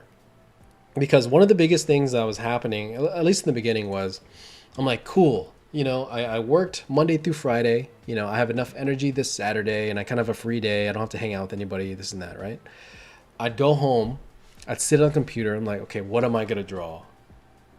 And then you spend fucking like 10 hours going through reference, you know, doing your thing, planning your, you know, doing all the planning that you need to do. And eventually, like, all right, I'm finally going to paint. It's bedtime, you know. And then Sunday is not free because you have other things or whatever, you know, or you spend your whole weekend trying to figure out whatever the idea is. And so what I did was I shifted that, because during my commute, I can't draw, right? Because you're driving, you know, I mean, you could try that, but you know, I wouldn't recommend it. And so I would just be thinking like, oh yeah, so this, I can combine these ideas, or during my lunch break, I just kind of reference gather and stuff like that. And then eventually when I got home, on the weekend, instead of like thinking through my idea, reference board's done, idea set, even rough sketch might be complete. And then I just start rendering. And then you can use the full 10 hours of that weekend, the undisturbed amount of time that you have, to actually create something. You know, you can actually use that time effectively. And that was a big game changer for my entire workflow. Like, it doesn't sound like much, but for me, it was the difference between not creating anything at all to creating, you know, multiple paintings a month, just because I could do a painting in 2 days worth of time, generally speaking, right? You know, I was working, I was fast enough to kind of do it, you know, but what I couldn't do was figure out my project in the amount of time that I kind of needed to figure it out in. You know what I'm saying?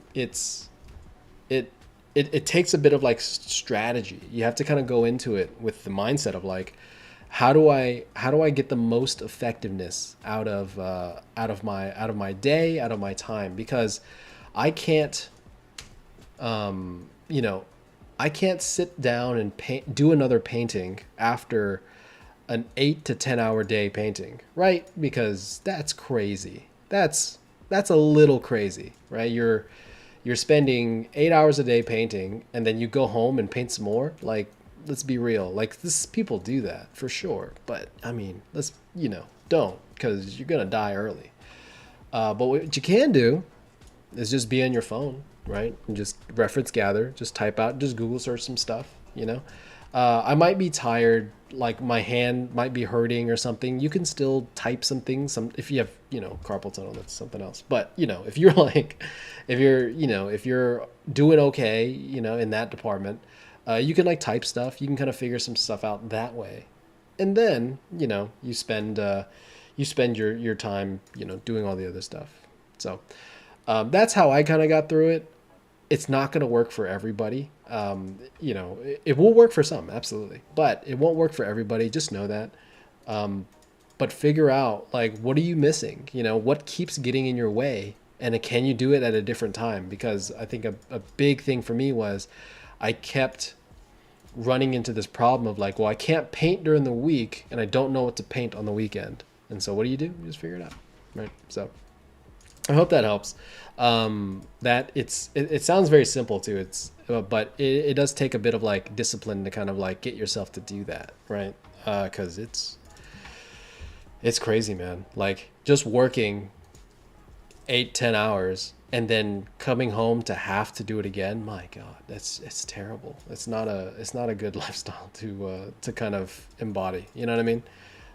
But you do what you got to do to kind of get to where you're going, right? So. Let's see.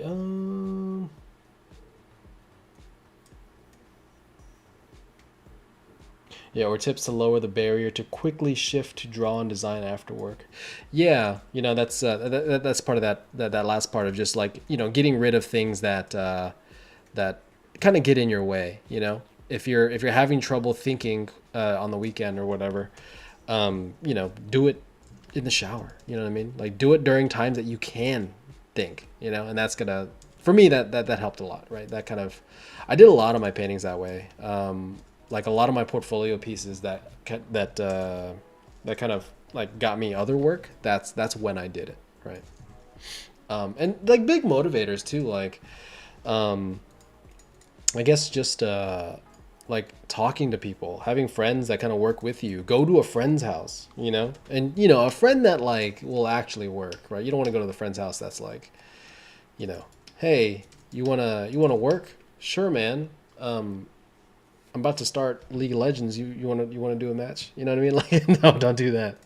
That's a bad idea, right? But you know, friends that like, oh yeah, we're just gonna kind of work at this place, work at a cafe. Like I did that a lot. Like I was working at cafes, just to get me out of you know, certain kind of settings, to kind of get me in a different mindset. Essentially, you know, you do what you can to kind of get to where you're going. Nowadays, you know, like I have to cheat it. Like, you know, like this right here, like this exact thing I'm doing right now, right? What do you think this painting is? It's personal work. I just talk shit while I'm doing it though, right? So.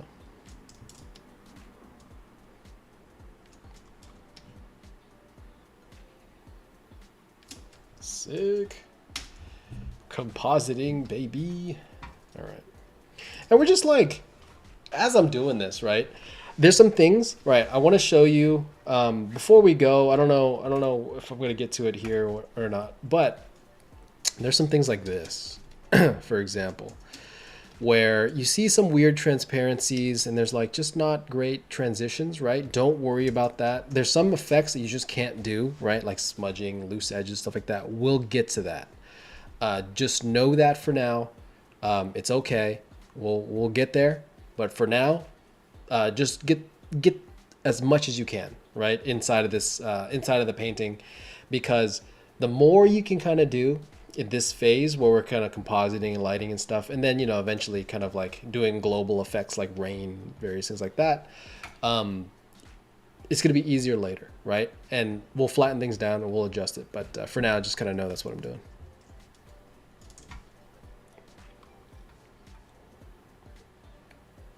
Pius says, hopefully this makes sense, but once lighting and set designs are approved, how much freedom do you have to break continuity between shots to achieve a better image?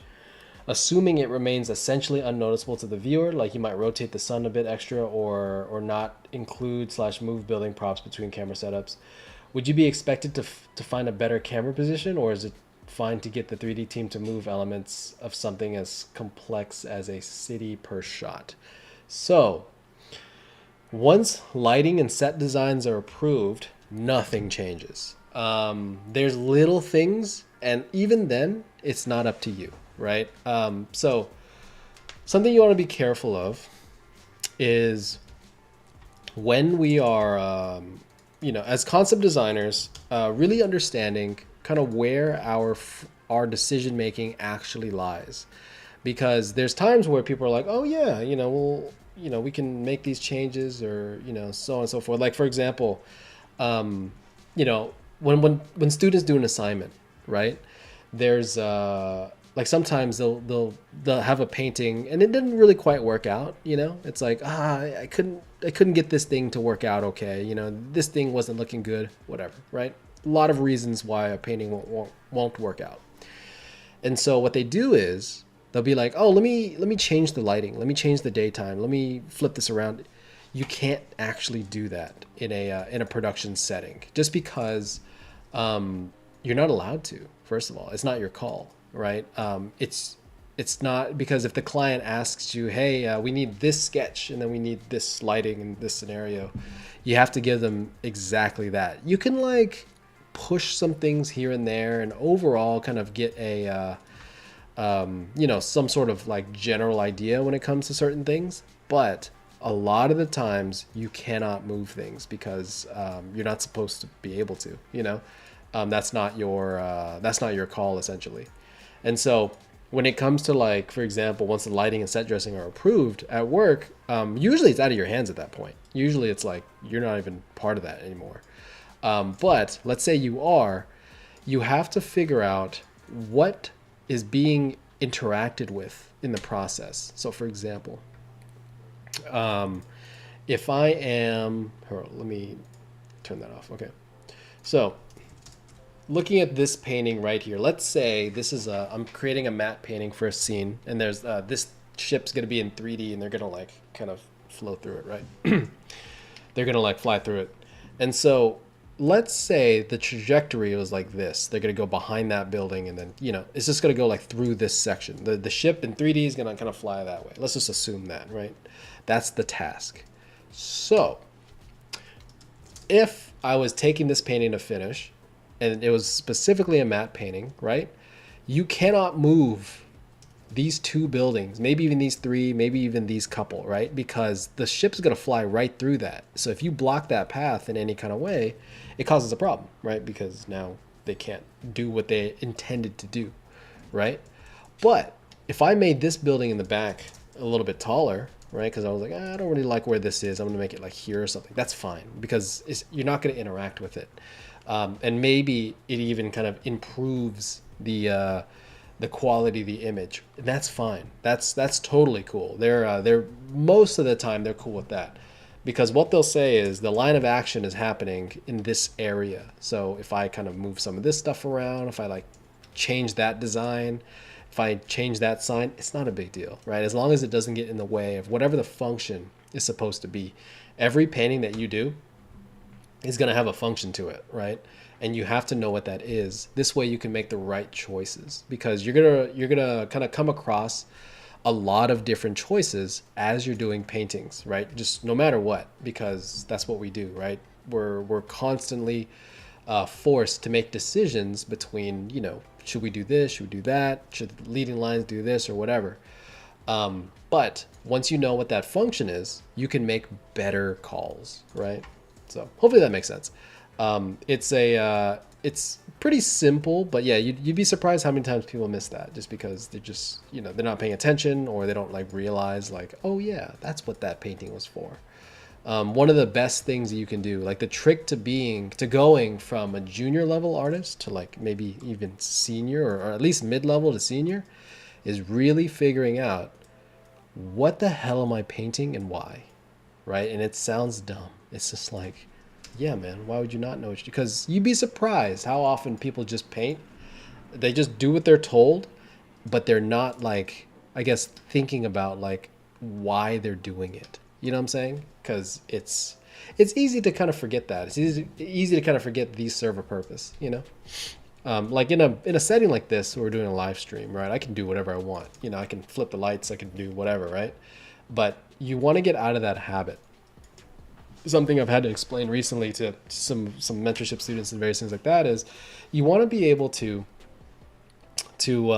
really commit to a certain idea and see it all the way through, right? Because oftentimes we get into scenarios just like what I was talking about earlier, where it's like something's not working out and we have to fix it, right? We have to change it because you still need a good painting at the end of the day, and you have to kind of know what you can and can't change. Sometimes, maybe this looks better in a daylight setting, quite possible, right?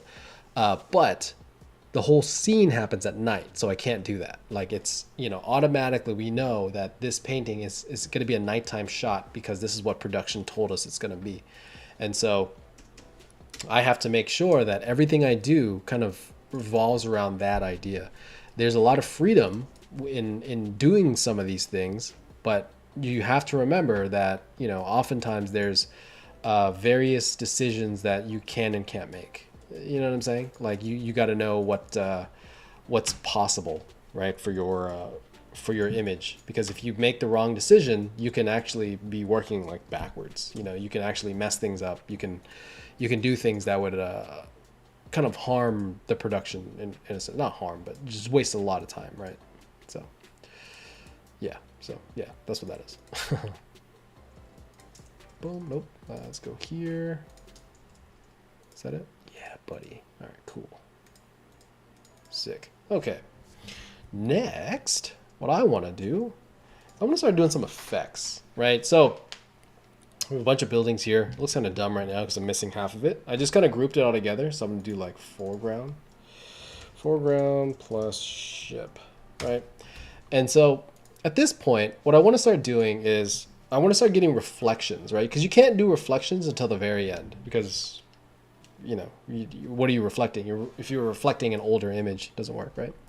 And so now what I like to do is find out what I'm gonna turn into a reflection, and then start working with that, right? So I'm gonna turn this building right here into a reflected building, the one that says QCD on there. And then so what I'm gonna do is I'm gonna flatten the whole image. So I just made a copy on top. It's Command Alt Shift E, right? So all three of the modifiers plus E. And then now it's just a flat layer. And what I'm gonna do is find this building, right? However I get there. There we go. And then I'm gonna clip this into that building, right? So now I can turn that on. I can flip it horizontal, and I just need to find where that building starts again, like right there. And now I can mirror the building next to it right into that building, right? So I'm gonna kind of do something like that, boom. And then I'm going to mask it off. I'm gonna find out where I want that reflection, boom, something like that. Airbrush it back in wherever I need it. And right now it looks kind of funny because it's like, that's a weird shape. You know what I mean? But we'll fix that. Oops, go this way. There you go. And then all we got to do is turn on some dodge tool. Let's do that on midtones. I just need this corner to feel like it's more reflective, like that. And then this background section. And then we're on the way. I'm going to do that at least one more time. So do this again. Boom. And then go back to that building, clip it back in, find out what else I need to reflect. In this case, I'm going to reflect that left side for the left side of the building. So I'm going to do this. Boom. Something like that. Right. And you can do this out like however much or little as you need, but I'm going to mask this out. I'm going to take my selection. Boom, go to here.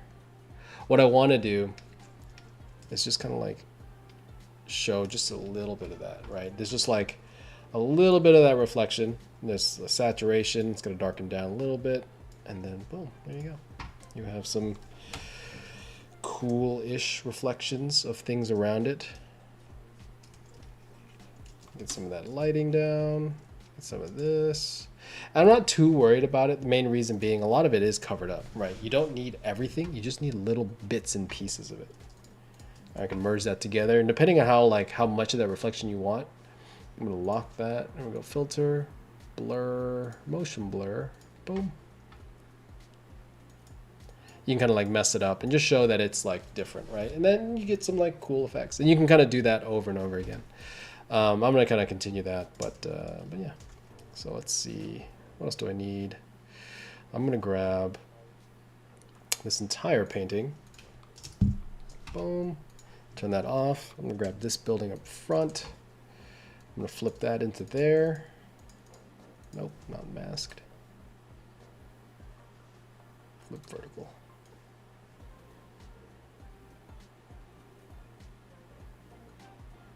Do I want that? Do I want lights? Maybe not. That building's too low to the ground. Cool. Let's see. What else do I need?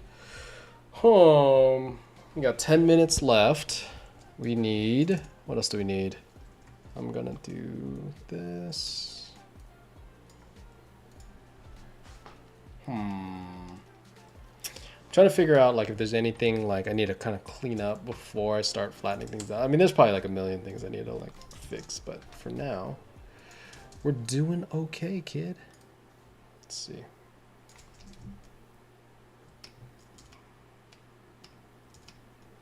Get some lights. I want this like front side to feel like it's more of a cliff, like not a cliff, but like it kind of falls deeper. I need some light to kind of like influence that area, just to make it feel like there's like city life, there's lights, there's things, you know. Let's see.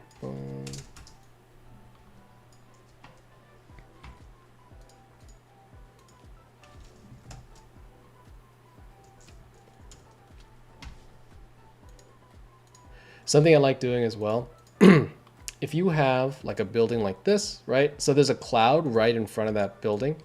What you can do is think about what's happening here, right? There's a foggy kind of like atmospheric effect happening over your or behind one of the clouds. The cloud's not fully transparent, right? Or not fully opaque, right? And so what I'm going to do is I'm going to take that whole building, duplicate it, merge it down, and you're just kind of working through the logic, right? So I'm going to clip this building into that cloud, right? Like that. So you see whatever's in there. And then you put this on lighter color. And so now you get those lights, but they're like directly like, you know, like crisp in that cloud. And so what's going to happen is that light's going to kind of bounce around in that cloud. So what you do is filter, blur, Gaussian blur, and you start kind of having, not that much, a more realistic effect for whatever's happening in that cloud. So you get that like kind of light transmitting through without having to, you know, kind of,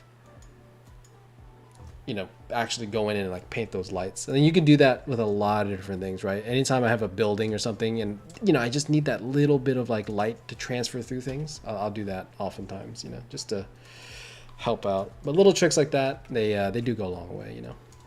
Let's see. What's this building doing? That's a weird line. I'm going to get rid of that.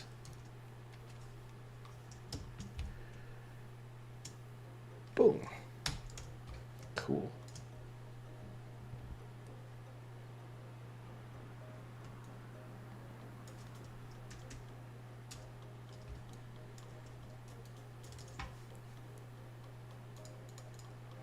Well, last 10 minutes, I did have a topic I want to talk about. I'm glad everyone's asking questions. I think the last 2 weeks I haven't really been able to talk too much about the topics I've been bringing up. But I wanted to bring it up this week. The main reason was because I had like 4 people ask me this past week. So it is a bit, I don't want to say concerning, but you know, there was an amount of people that, you know, asked me this exact question. Right, I had 4 people ask me, do various things. One, you know, mentorship and just private messages, things like that. And they were like, "When should I apply for work?" You know, and that's something that is, you know, it can be a very like tough thing to kind of like to figure out when to do, right? Because when you first start, right, it's a lot of like, yeah, you probably shouldn't apply because you're not really ready yet. You're not really there. And you never really know when that happens. You know what I mean? Like there's no real like time where it's like you're definitely ready, right? Someone has to tell you that. You don't like just feel it in your soul, right? Where it's like, oh yeah, I think now. You know what I mean? Like it doesn't work that way. Generally speaking, most of us don't know that, right? And so I got this question from a couple of people. I'm like, you should have been applying like a year ago, you know, like you should have been applying like for a while at this point. And so what I'd highly recommend everybody consider, right? When you're like kind of a student and you're working on portfolios or, you know, just taking classes as a whole, right? When you've taken a majority of the class, like when you get to that question in your mind of like, oh, what class should I take next? You know, like, cause literally you're running out of classes, right? You've taken perspective, you've taken painting, you've taken design courses, you've taken even like portfolio level courses, you've taken the advanced version of that portfolio level course, whatever it is, right? You get to this point to where you're like, I don't really know what class to take. And obviously you're not like 100% there yet, right? Because, you know, like if you're 100% there, you're already hired, right? So, you know, you're looking to, I guess, like find that next skill set. You don't really kind of know where you're at type of thing, right? When you get to that point, that's when you start applying with whatever work that you have, right? You're probably more likely than not an advanced student. Ask around first as well. You know, if you get teachers who are like, I think, you know, I don't really quite know what classes that you should be applying to or this and that, you know, you're probably at a good point. You know, just talk to people, right? The best thing you can do is like, you know, and I did this whenever I was taking classes and stuff like that. I just asked my teachers, hey, where do you think that I'm at? And some teachers will tell you like, oh, you're about a year or whatever, far away. Don't put too much stock in that. The reason is because no one truly knows, so it's hard to really say. But if they tell you within like 2 years, just start applying, because what you want to do is you need to have a mindset shift, right? The mindset shift is, at the beginning, it's sprint, learn everything you can as fast as you can to get to the job, right? That's what we're told to do. That's what a lot of people are doing. What I'd highly recommend is mind shift that into a marathon. All you're doing is you're applying, and you're putting together portfolio work, and you're updating the portfolio and applying. You're just doing that cycle over and over and over again, because you don't really know when you're getting hired. So you don't want to wait until you're out of time, because imagine having to time something that is untimable. You can't time that, because there's no way you're even going to know when you're ready. You know what I'm saying? Like, there's just no way. There's no way you can know. So what I'd highly recommend is just put together whatever portfolio you have and start applying to places, right? Just apply. Junior jobs, mid-level jobs, senior jobs, doesn't matter. And the reason I say like even senior level jobs is because if you're a junior level artist and you're applying to a senior level job, chances are I don't think they're gonna mistake you for a senior. Just they're gonna look at your portfolio. There's qualified people looking at your stuff, so it's not really like, you're not really gonna fly under the radar with that portfolio, right? But what is gonna happen is they're gonna see your work and they're like, oh wow, yeah, you're not really senior quality, but you're pretty close to like working. So let's hire you. Let's bring you on, and let's kind of like, like we'll open up a junior level position for you, because, like everybody has been saying and like everybody's been seeing, there is no junior level positions out there. You know what I mean? It's just you never see that. I think there was one post recently that was like a junior artist position, but I haven't seen that in like a long time. Because oftentimes it's just like, oh yeah, we just we're just hiring, and then they'll decide if you're a junior level or not. And so it's a lot of like, just apply and they'll put you where they need to put you. Does that make sense? Right? Just apply to whatever, right? If you're applying for art director positions, yeah, don't do that. That's probably not smart. I mean, the worst that's going to happen is they're just going to say no, but, or they're not even going to say no. There's just going to be a no. But the best thing you can do is just apply to whatever jobs you see, because once you see that there's a job and you're like kind of close, they'll adjust for you. They're like, oh yeah, this guy's pretty close. This girl's pretty close. Let's hire them. But instead of giving them the senior title, like the job thing, they're not quite ready yet. Maybe we'll give them like a mid-level title, or even a junior level title, right? Which is what you wanted in the beginning anyway, right? And so it's going to be a lot of that. Just apply and see what happens, because you don't know when someone's going to pick you up. But don't hold yourself back, because if you're holding yourself back from getting hired, you're artificially stopping yourself when you don't even know if you're ready or not, because the thing about being ready to get hired is it's not up to you. It's up to whoever's hiring. If they think you're ready to work for them, then they'll hire you. If they don't think you're ready, they won't hire you. It's as simple as that, right? Because there's these questions of like, oh, like I don't think I'm ready. And it's like, that's irrelevant, because the person that's hiring you is the one that decides if you're ready or not. You know what I'm saying? And so for everybody, right? Apply. When you get to like advanced student level, you've taken most of your classes, right? Start applying to whatever you can, because that is going to give you a leg up when it comes to, people kind of seeing your work, getting out there, so on and so forth, right? So try not to hold yourself back. A lot of people do, because they're like, oh, we're not really quite there yet, and I understand the sentiment, but just kind of ask people and see like, hey, do you think I'm like ready to apply to things? You know, because worst case scenario, you're exactly where you were. Best case scenario, you get hired somewhere pretty quickly. You know, before you even like before your deadline kind of runs out, whatever time limit that a lot of us set on ourselves to you know, make sure that we're like qualified or not. So hopefully that makes sense. But really, like, try not to wait on that for too long, because you're gonna be waiting when you apply anyway. You know what I'm saying? So.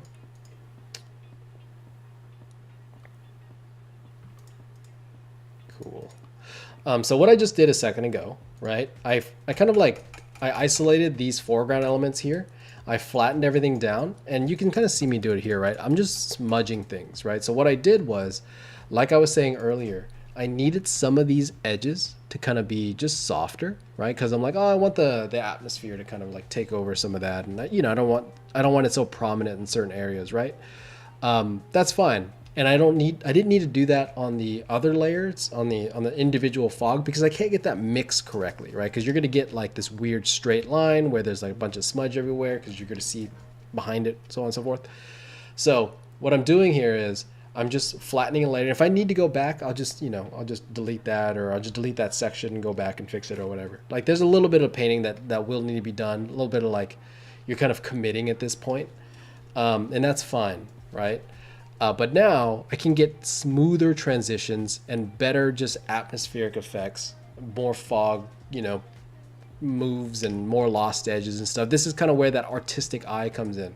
A lot of us kind of like look for this moment in the beginning, right? Where like, for example, like, oh, Craig Mullins, he does this really cool, you know, lost edge thing when he paints, and it's like he does it way in the beginning. It's like, yeah, because he's, you know, he's him and you're you, or we're us, right?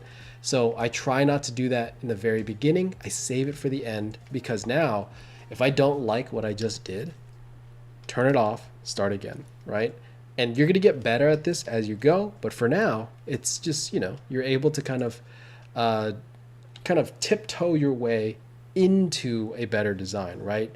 We want to make it so that it's not so daunting to kind of get a good illustration out of us. It's not so difficult to get something like very illustrative, right? We want to kind of make it so everything's adjustable and you can get to where you're going a lot easier, right?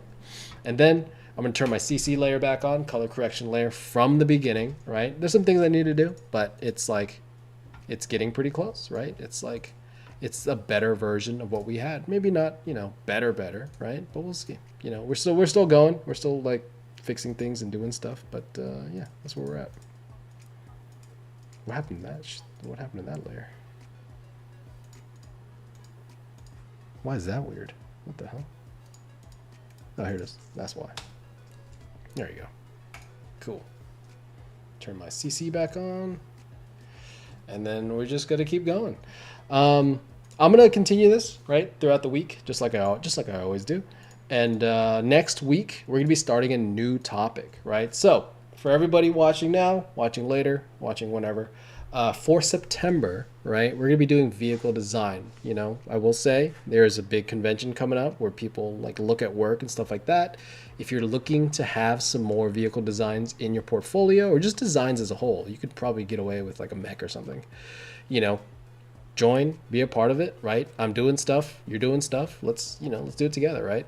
And so I'm gonna finish this off, and then I'll show you where I get to next week, just like usual.